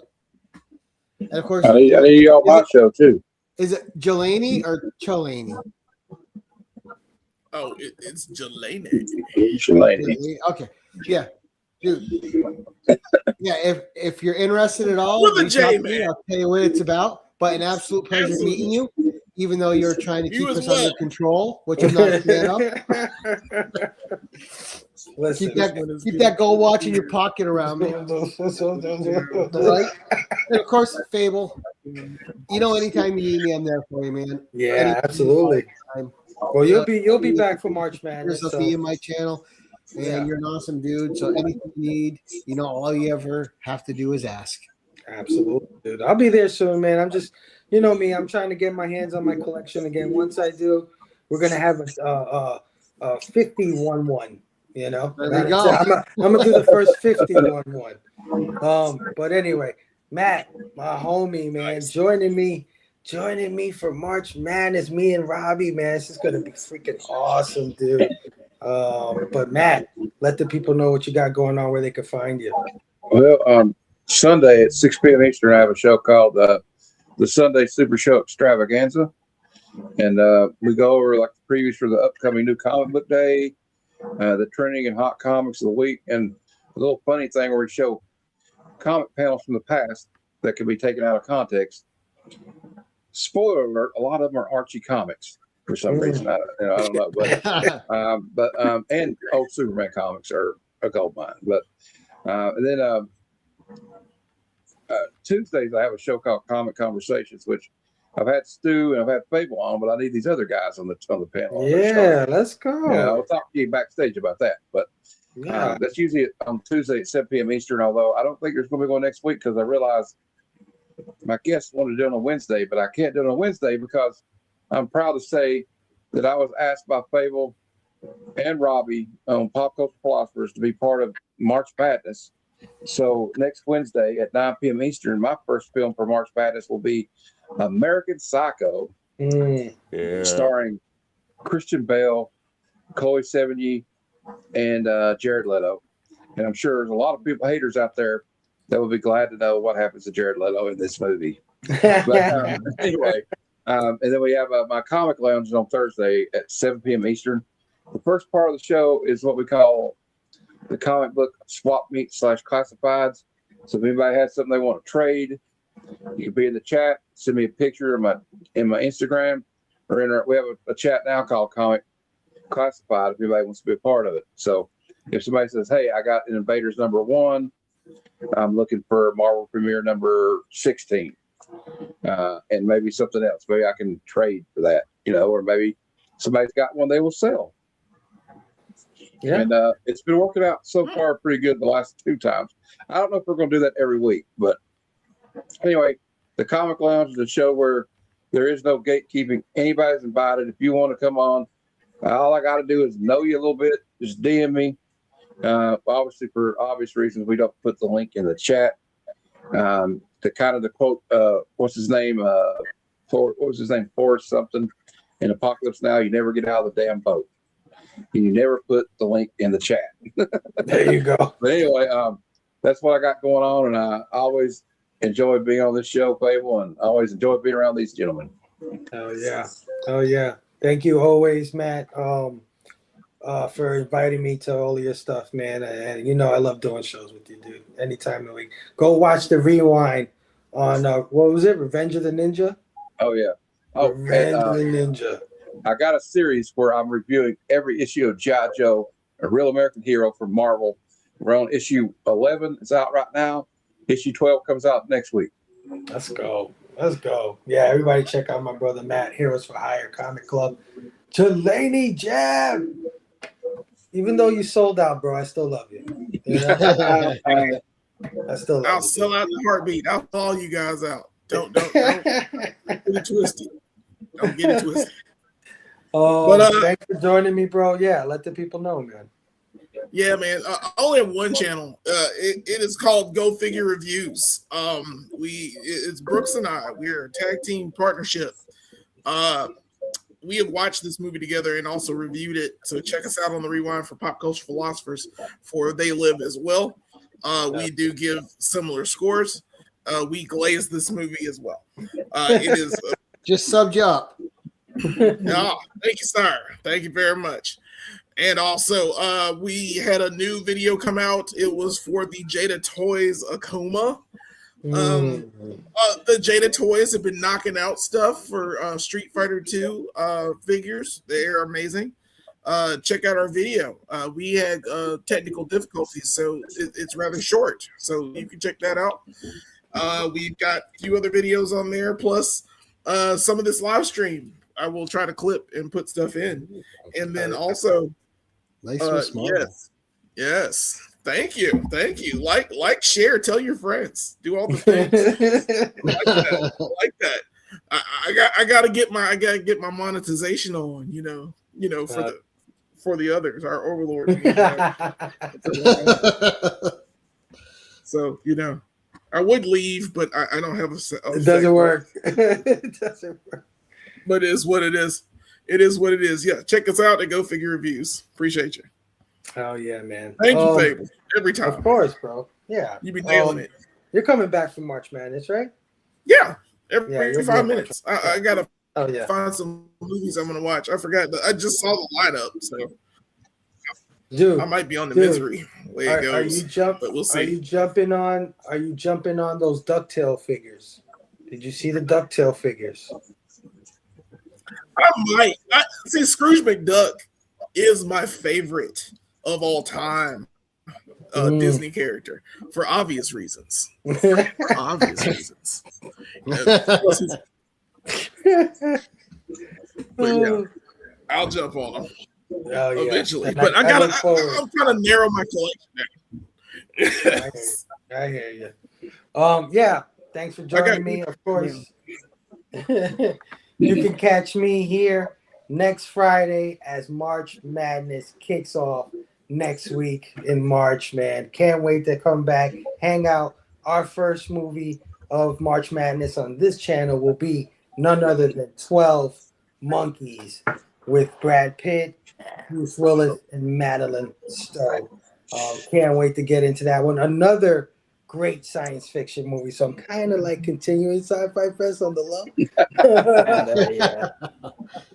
But yeah, that's going to be a good time. Again, thank you everybody for joining us tonight and joining us all through Sci-Fi Fest. We love you. Hope you come back for March Madness starting next week over on Pop Culture Philosophers on Mondays at 9. Matt, Heroes for Hire Comics, Wednesday at 9 p.m. Eastern, and here on One Collection Down, 9 p.m. Eastern station, guys. See you next week. Later, y'all.